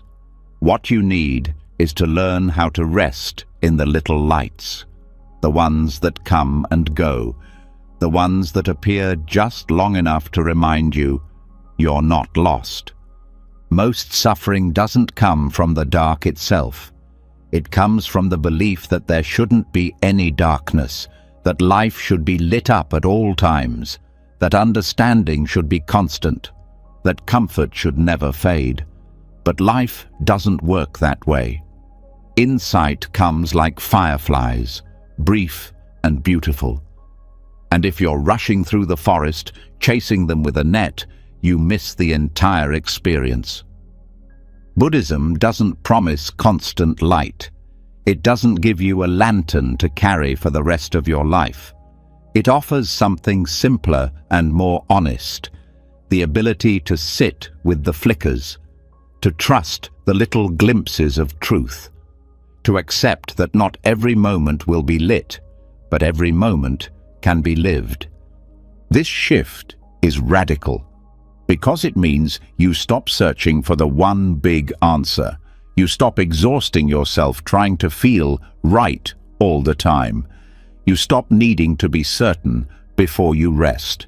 Instead, you look for the light that's here, however brief, however incomplete. You trust that the next step doesn't need a spotlight, just a flicker is enough. The firefly path also teaches humility, because it reminds you that light is not something you make, it's something you receive. And the more you try to force it, the more you chase it away. That's what anxiety is, in many ways, a frantic reaching for illumination, a fear that if you don't understand now, you never will. But the monks who walk slowly through darkness know better. They know that the light comes in its own time. And until it does, the dark is not an enemy. It's simply part of the path. And this way of moving changes your relationship with confusion. You stop needing to resolve everything immediately. You stop asking, "What does this mean?" over and over. You start asking, "What is here right now?" Because maybe all that's here is a breath, or a moment of quiet, or a feeling that doesn't need to be fixed. And that, too, is a kind of light, a moment of awareness that flickers and then fades, but still leaves something behind. There's an old saying, "The eyes adjust to the dark," which is another way of saying, you don't need more light, you need more stillness, you need more patience, you need more willingness to stay where you are without turning on a flashlight. Because the inner eye, the one that sees what really matters, doesn't need everything to be clear. It just needs everything to be real. And what's real is often small. A kind thought, a steady breath, a moment of letting go. These are not huge events, but they are fireflies, and if you sit with enough of them, the path becomes visible, not all at once, but enough to keep going. This is why monks often repeat the same chants every morning, not because they need something new, but because repetition creates rhythm, and rhythm is light. Rhythm is what allows you to feel held, even in uncertainty. It reminds you that you don't need to reinvent yourself every day. You just need to return, to sit, to breathe, to notice the flickers and let them guide you without grasping. You also stop comparing your journey to others. You stop looking at people who seem fully lit and wondering why your path still feels dim, because you understand now they too are following fireflies. They too are trusting the flickers. The difference is that they've stopped expecting the forest to turn into a stadium. They've learned to love the dark as part of the process. And when you begin to see this way, life gets quieter. Not dull, quiet. You begin to move more slowly. You begin to speak with more care. You begin to treat each feeling as something sacred, even if it's painful. Because now you're not trying to fix the mood. You're looking for the light within it. And the more you do this, the more your mind starts to relax. It no longer searches constantly. It no longer panics when things go dark. It trusts that light will return. Maybe not in the way you expect, maybe not when you expect, but it will, because the nature of life is to flicker. Let that be enough. You don't need to know what comes next. You don't need to figure out the entire forest. You just need to keep noticing the fireflies. Keep breathing through the silence. Keep pausing long enough to let the next flicker find you, because it will. The path you're on doesn't need to be clear to be true. It doesn't need to be lit to be sacred. It only needs your presence, and your presence doesn't need perfection. It just needs practice. Daily, gently, quietly. So tonight, rest with the fireflies. Let the light come in small ways, in the breath that doesn't need to be deep, in the thought that passes without judgment, in the silence that doesn't demand to be filled. Let these be enough. Let the flickers guide you, not to some final destination, but to this very moment. This inhale, this pause, this soft understanding that the light you've been chasing might already be here, not as a flood, as a spark. And when you wake tomorrow, don't search for clarity. Wait for it. Listen for it. Trust that it will return in its own time. And until it does, walk the path with your hands open, with your eyes soft, with your heart ready to receive even the smallest glimmer, because that's how the firefly path works. Not all at once, just enough. Always just enough. And now that the fireflies have faded into the dark, now that the soul has learned to trust flickers instead of chasing floods, a new kind of surrender begins to unfold. Not a letting go of hope, but of edges. Not a disappearance, but a soft dissolving into something wider. Something that no longer needs to be called me. The next teaching comes not with insight, but with spaciousness. This is where the raindrop meets the ocean, not with panic, but with peace. In the Buddhist tradition, the teaching of anatta, no self, is one of the most profound and difficult truths to accept. Not because it's complex, but because it challenges the very thing we've been told to build our lives around: identity. The idea of a fixed self, a personality, a history, a name, a center of control. But the deeper the practice goes, the more it becomes clear what we call self is not a solid thing. It's a collection of passing conditions, thoughts, emotions, memories, habits, patterns arising and falling, like clouds, like waves, like everything else. To hold tightly to this me is to create friction. Every insult hurts more. Every mistake becomes shame. Every success becomes pressure. But when the boundaries of self begin to soften, when the illusion of separation starts to fade, something unexpected happens. You don't disappear, you expand. You don't vanish, you merge. The pain is still there, but it's no longer personal. The joy is still there, but it doesn't need to be claimed. The moment is still here, but now it's held by something wider than thought. There is a story told in many Buddhist circles of a raindrop falling from the sky, fearful of what will happen when it hits the ocean. What will become of me? It asks. Where will I go? But when the moment comes, when it finally touches the vastness of water below, there is no pain, no loss, just return.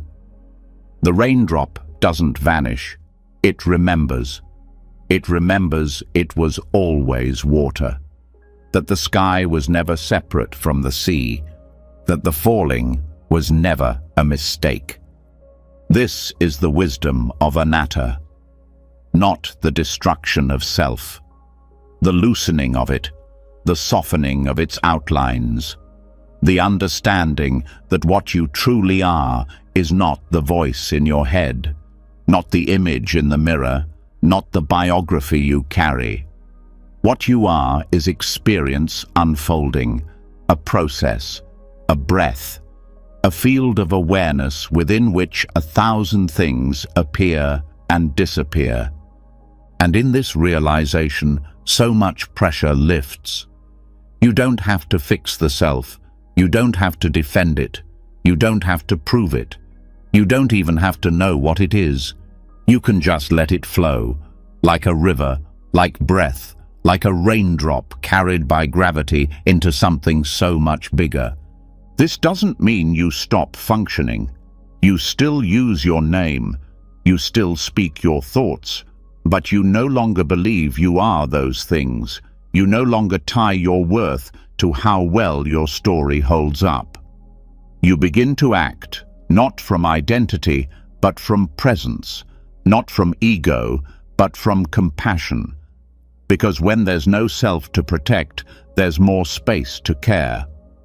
The teachings often say that clinging to self is the root of suffering, because it divides the world. It creates inside and outside, us and them, success and failure. But the raindrop that finds the ocean no longer sees those lines.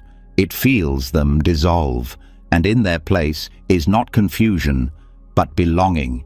This is why monks bow, not because they are small, but because they are vast, and bowing reminds them.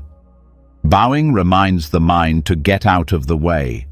Bowing returns the body to humility, to the understanding that what we bow to is not a god, not a rule, not even a teaching. We bow to life itself, to the movement of all things, to the ocean that holds the drop. When you begin to live this way, the sharpness of self begins to round out.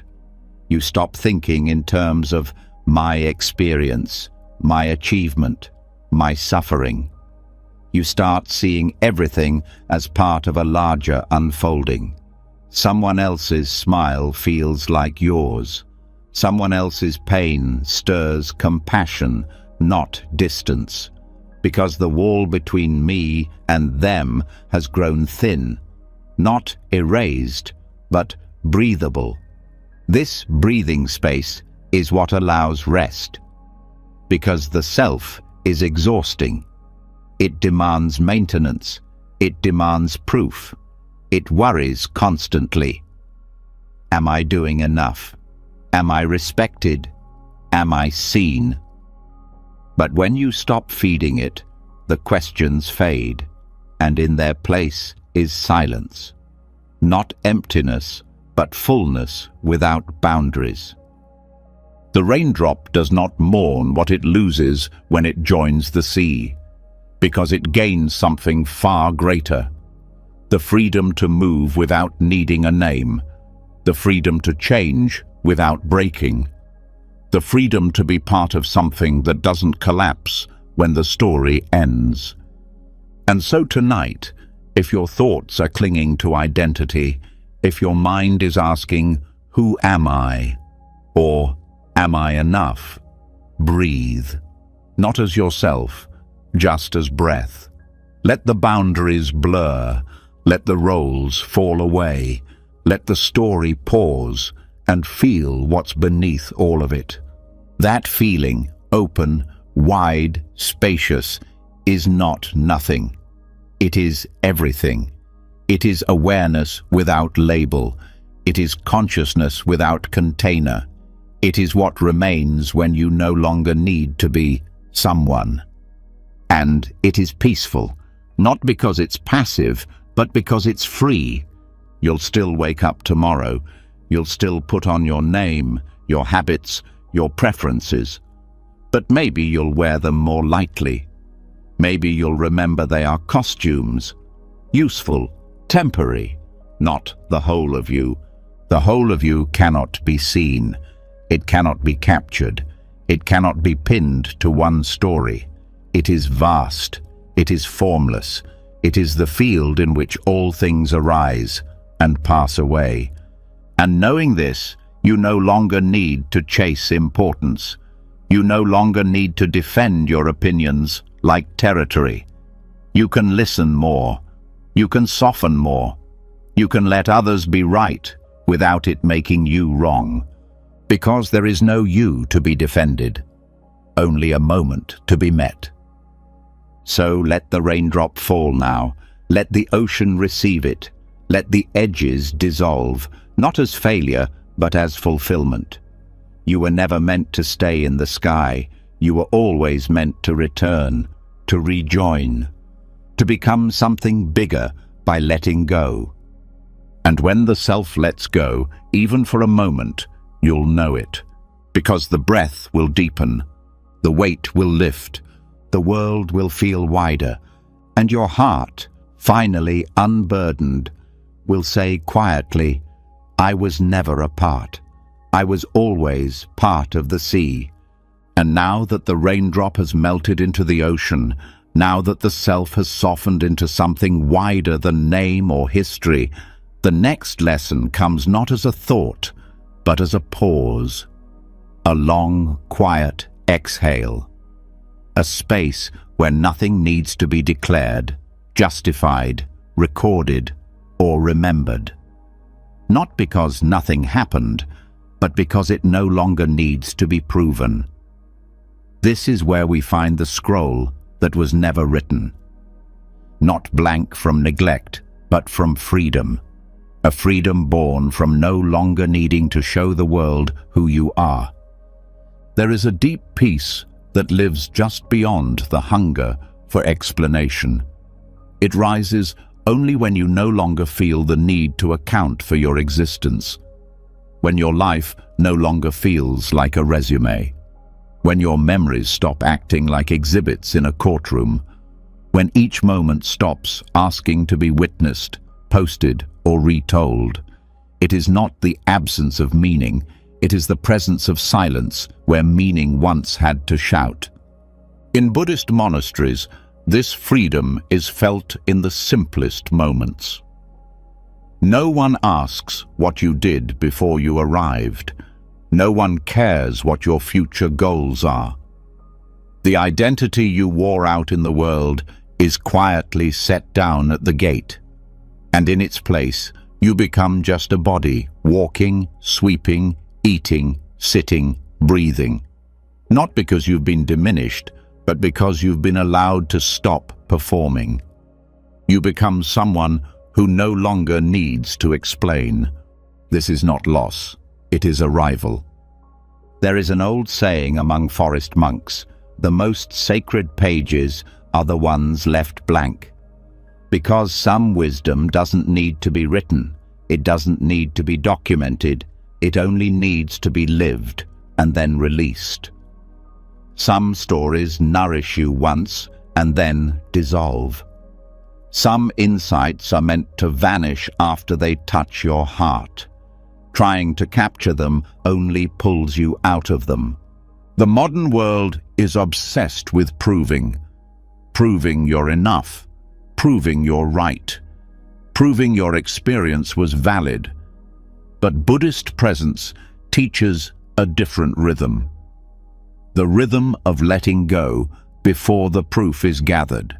The rhythm of doing the right thing, not because it will be seen, but because it aligns with your heart. The rhythm of living deeply, then turning the page without saving every line.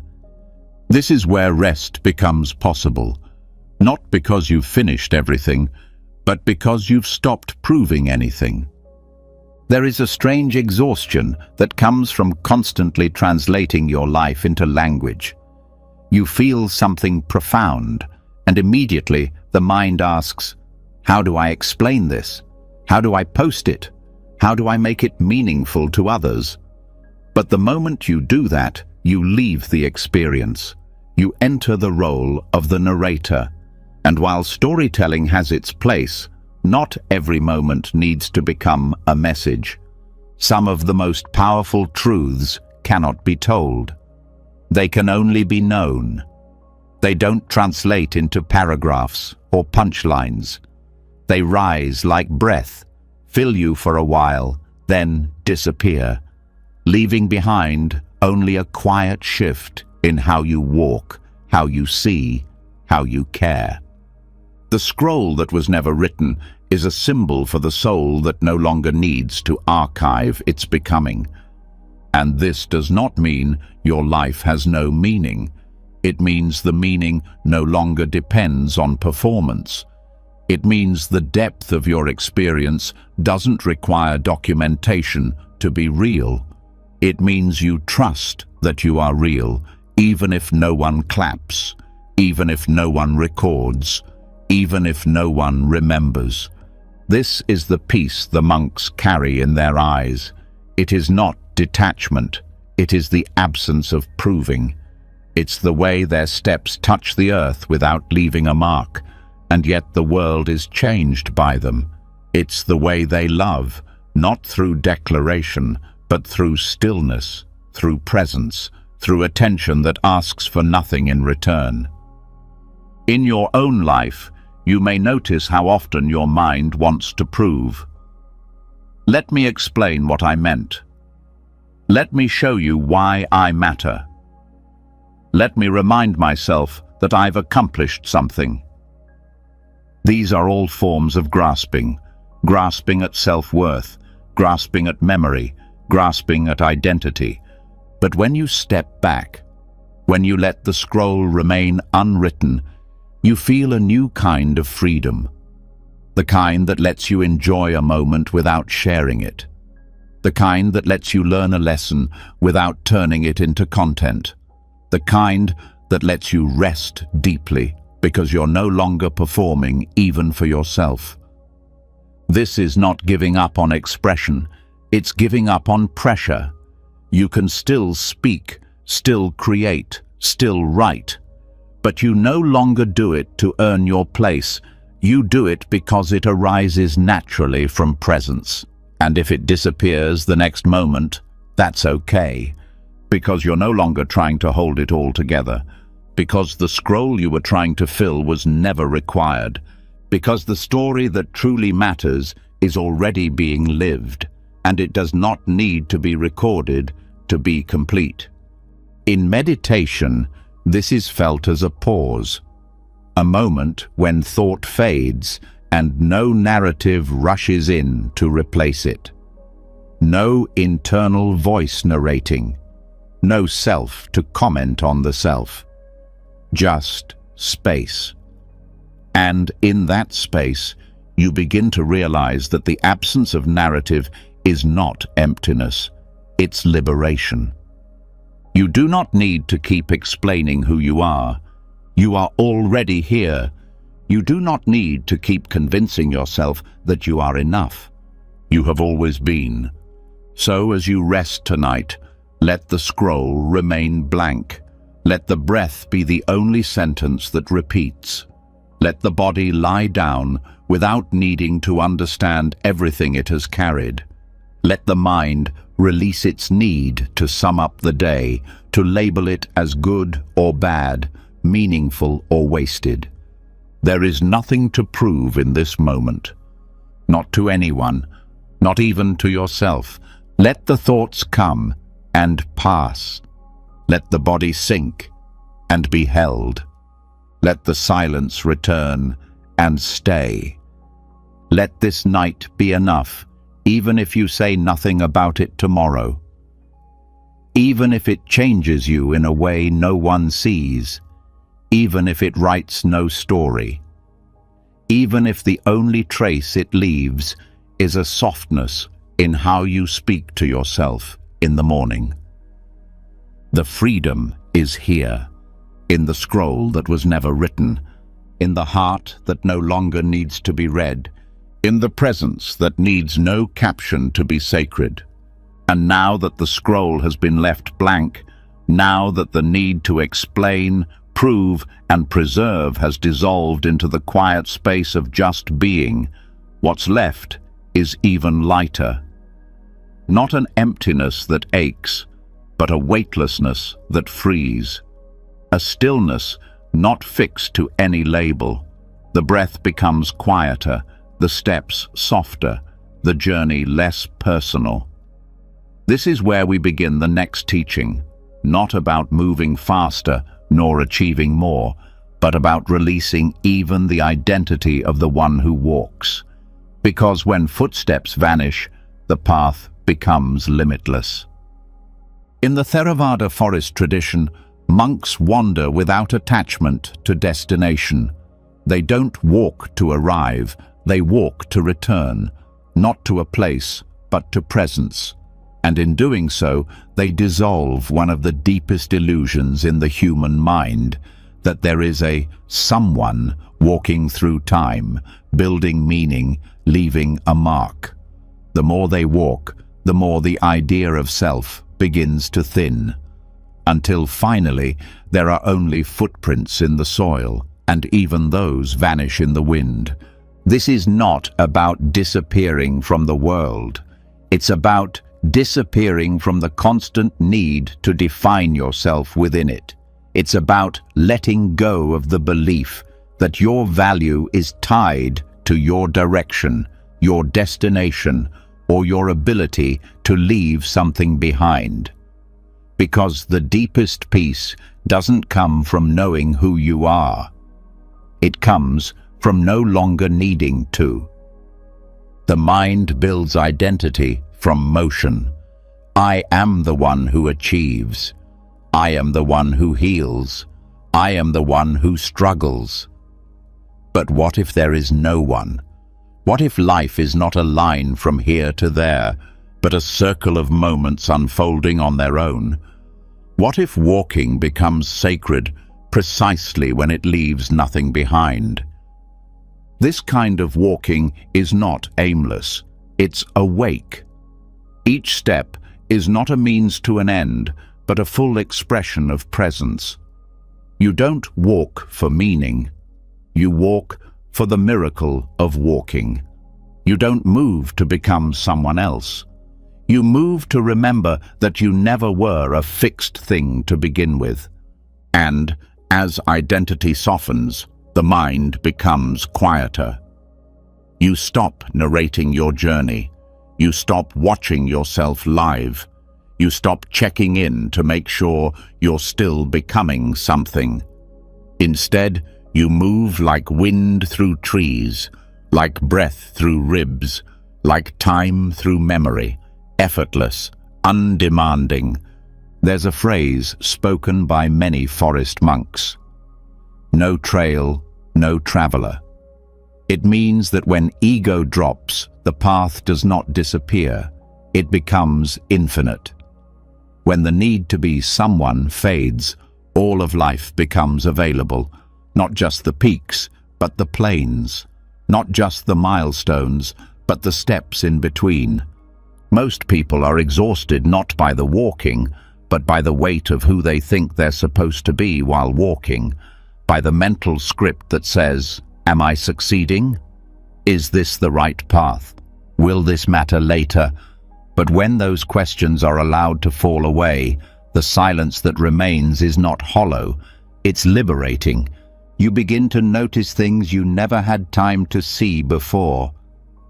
The shift of light on the floor, the sound your breath makes when you're not thinking, the way even pain has a rhythm that doesn't need to be resisted.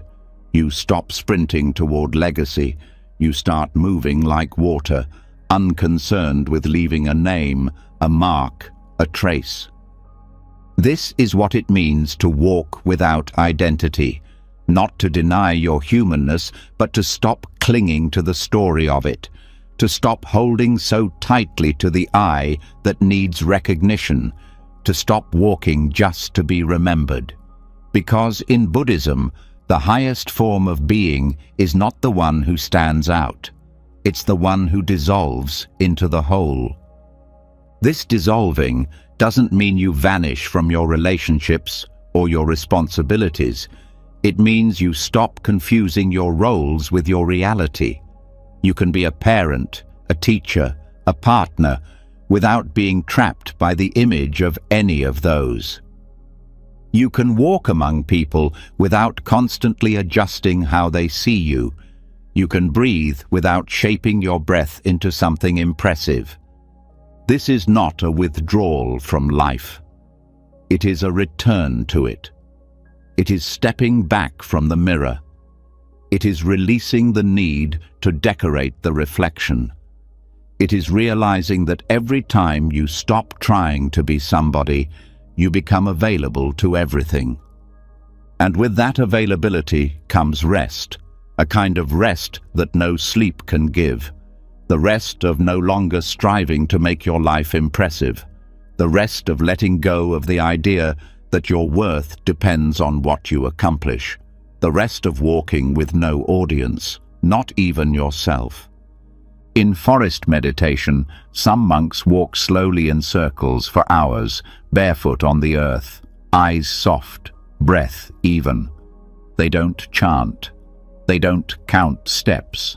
They don't measure progress. They walk for the sake of walking. And in that rhythm, something opens. Not a doorway to answers, but an escape from the prison of me.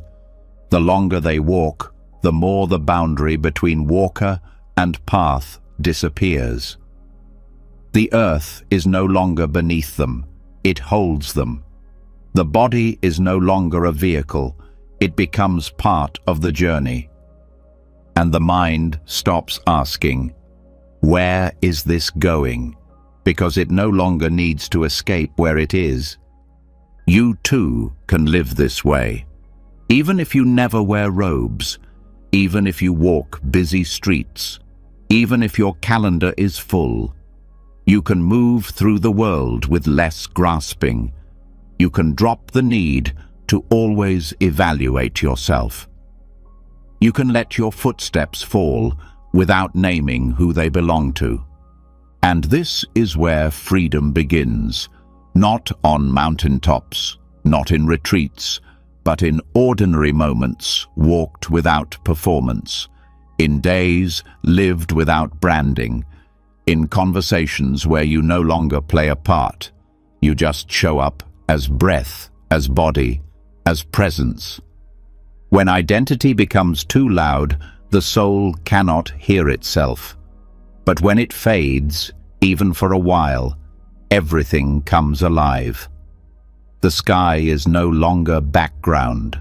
The moment is no longer a means. Each blink, each breeze, each silence becomes sacred. So tonight, let your steps vanish. Let the roles drop. Let the mask rest. Not because you failed to be someone, but because you've seen through the need to be. Let your breath guide you, not to another version of you, but to this exact moment, free, undefined, whole. There is nothing to become, only something to return to.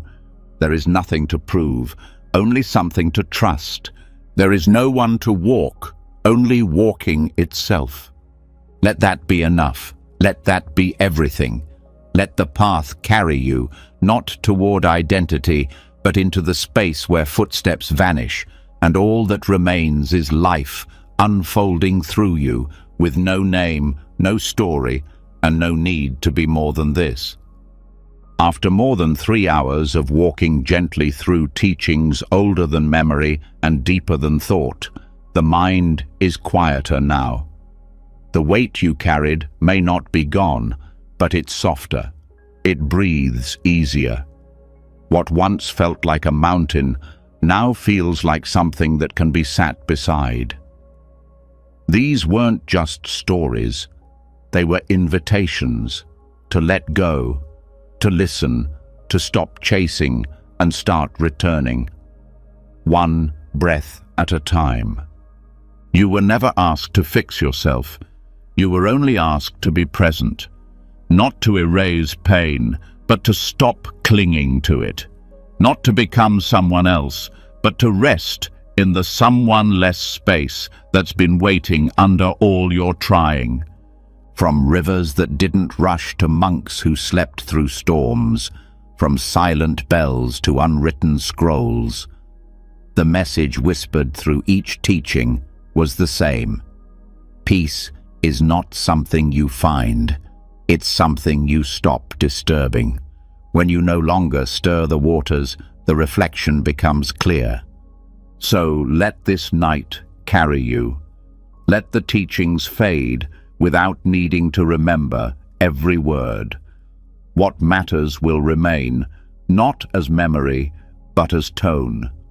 A feeling in the breath, a stillness behind your thoughts, a softness in how you rise tomorrow. And now that your soul is soothed, if these teachings touched something in you, leave a comment below and write, "Stillness is enough." It's not just a sentence, it's a small bow to the journey you just took. And if you'd like to keep walking this quiet path with us, don't forget to subscribe and click the bell so you never miss a step. Until next time, rest well, breathe gently, and carry peace like a lamp in your chest.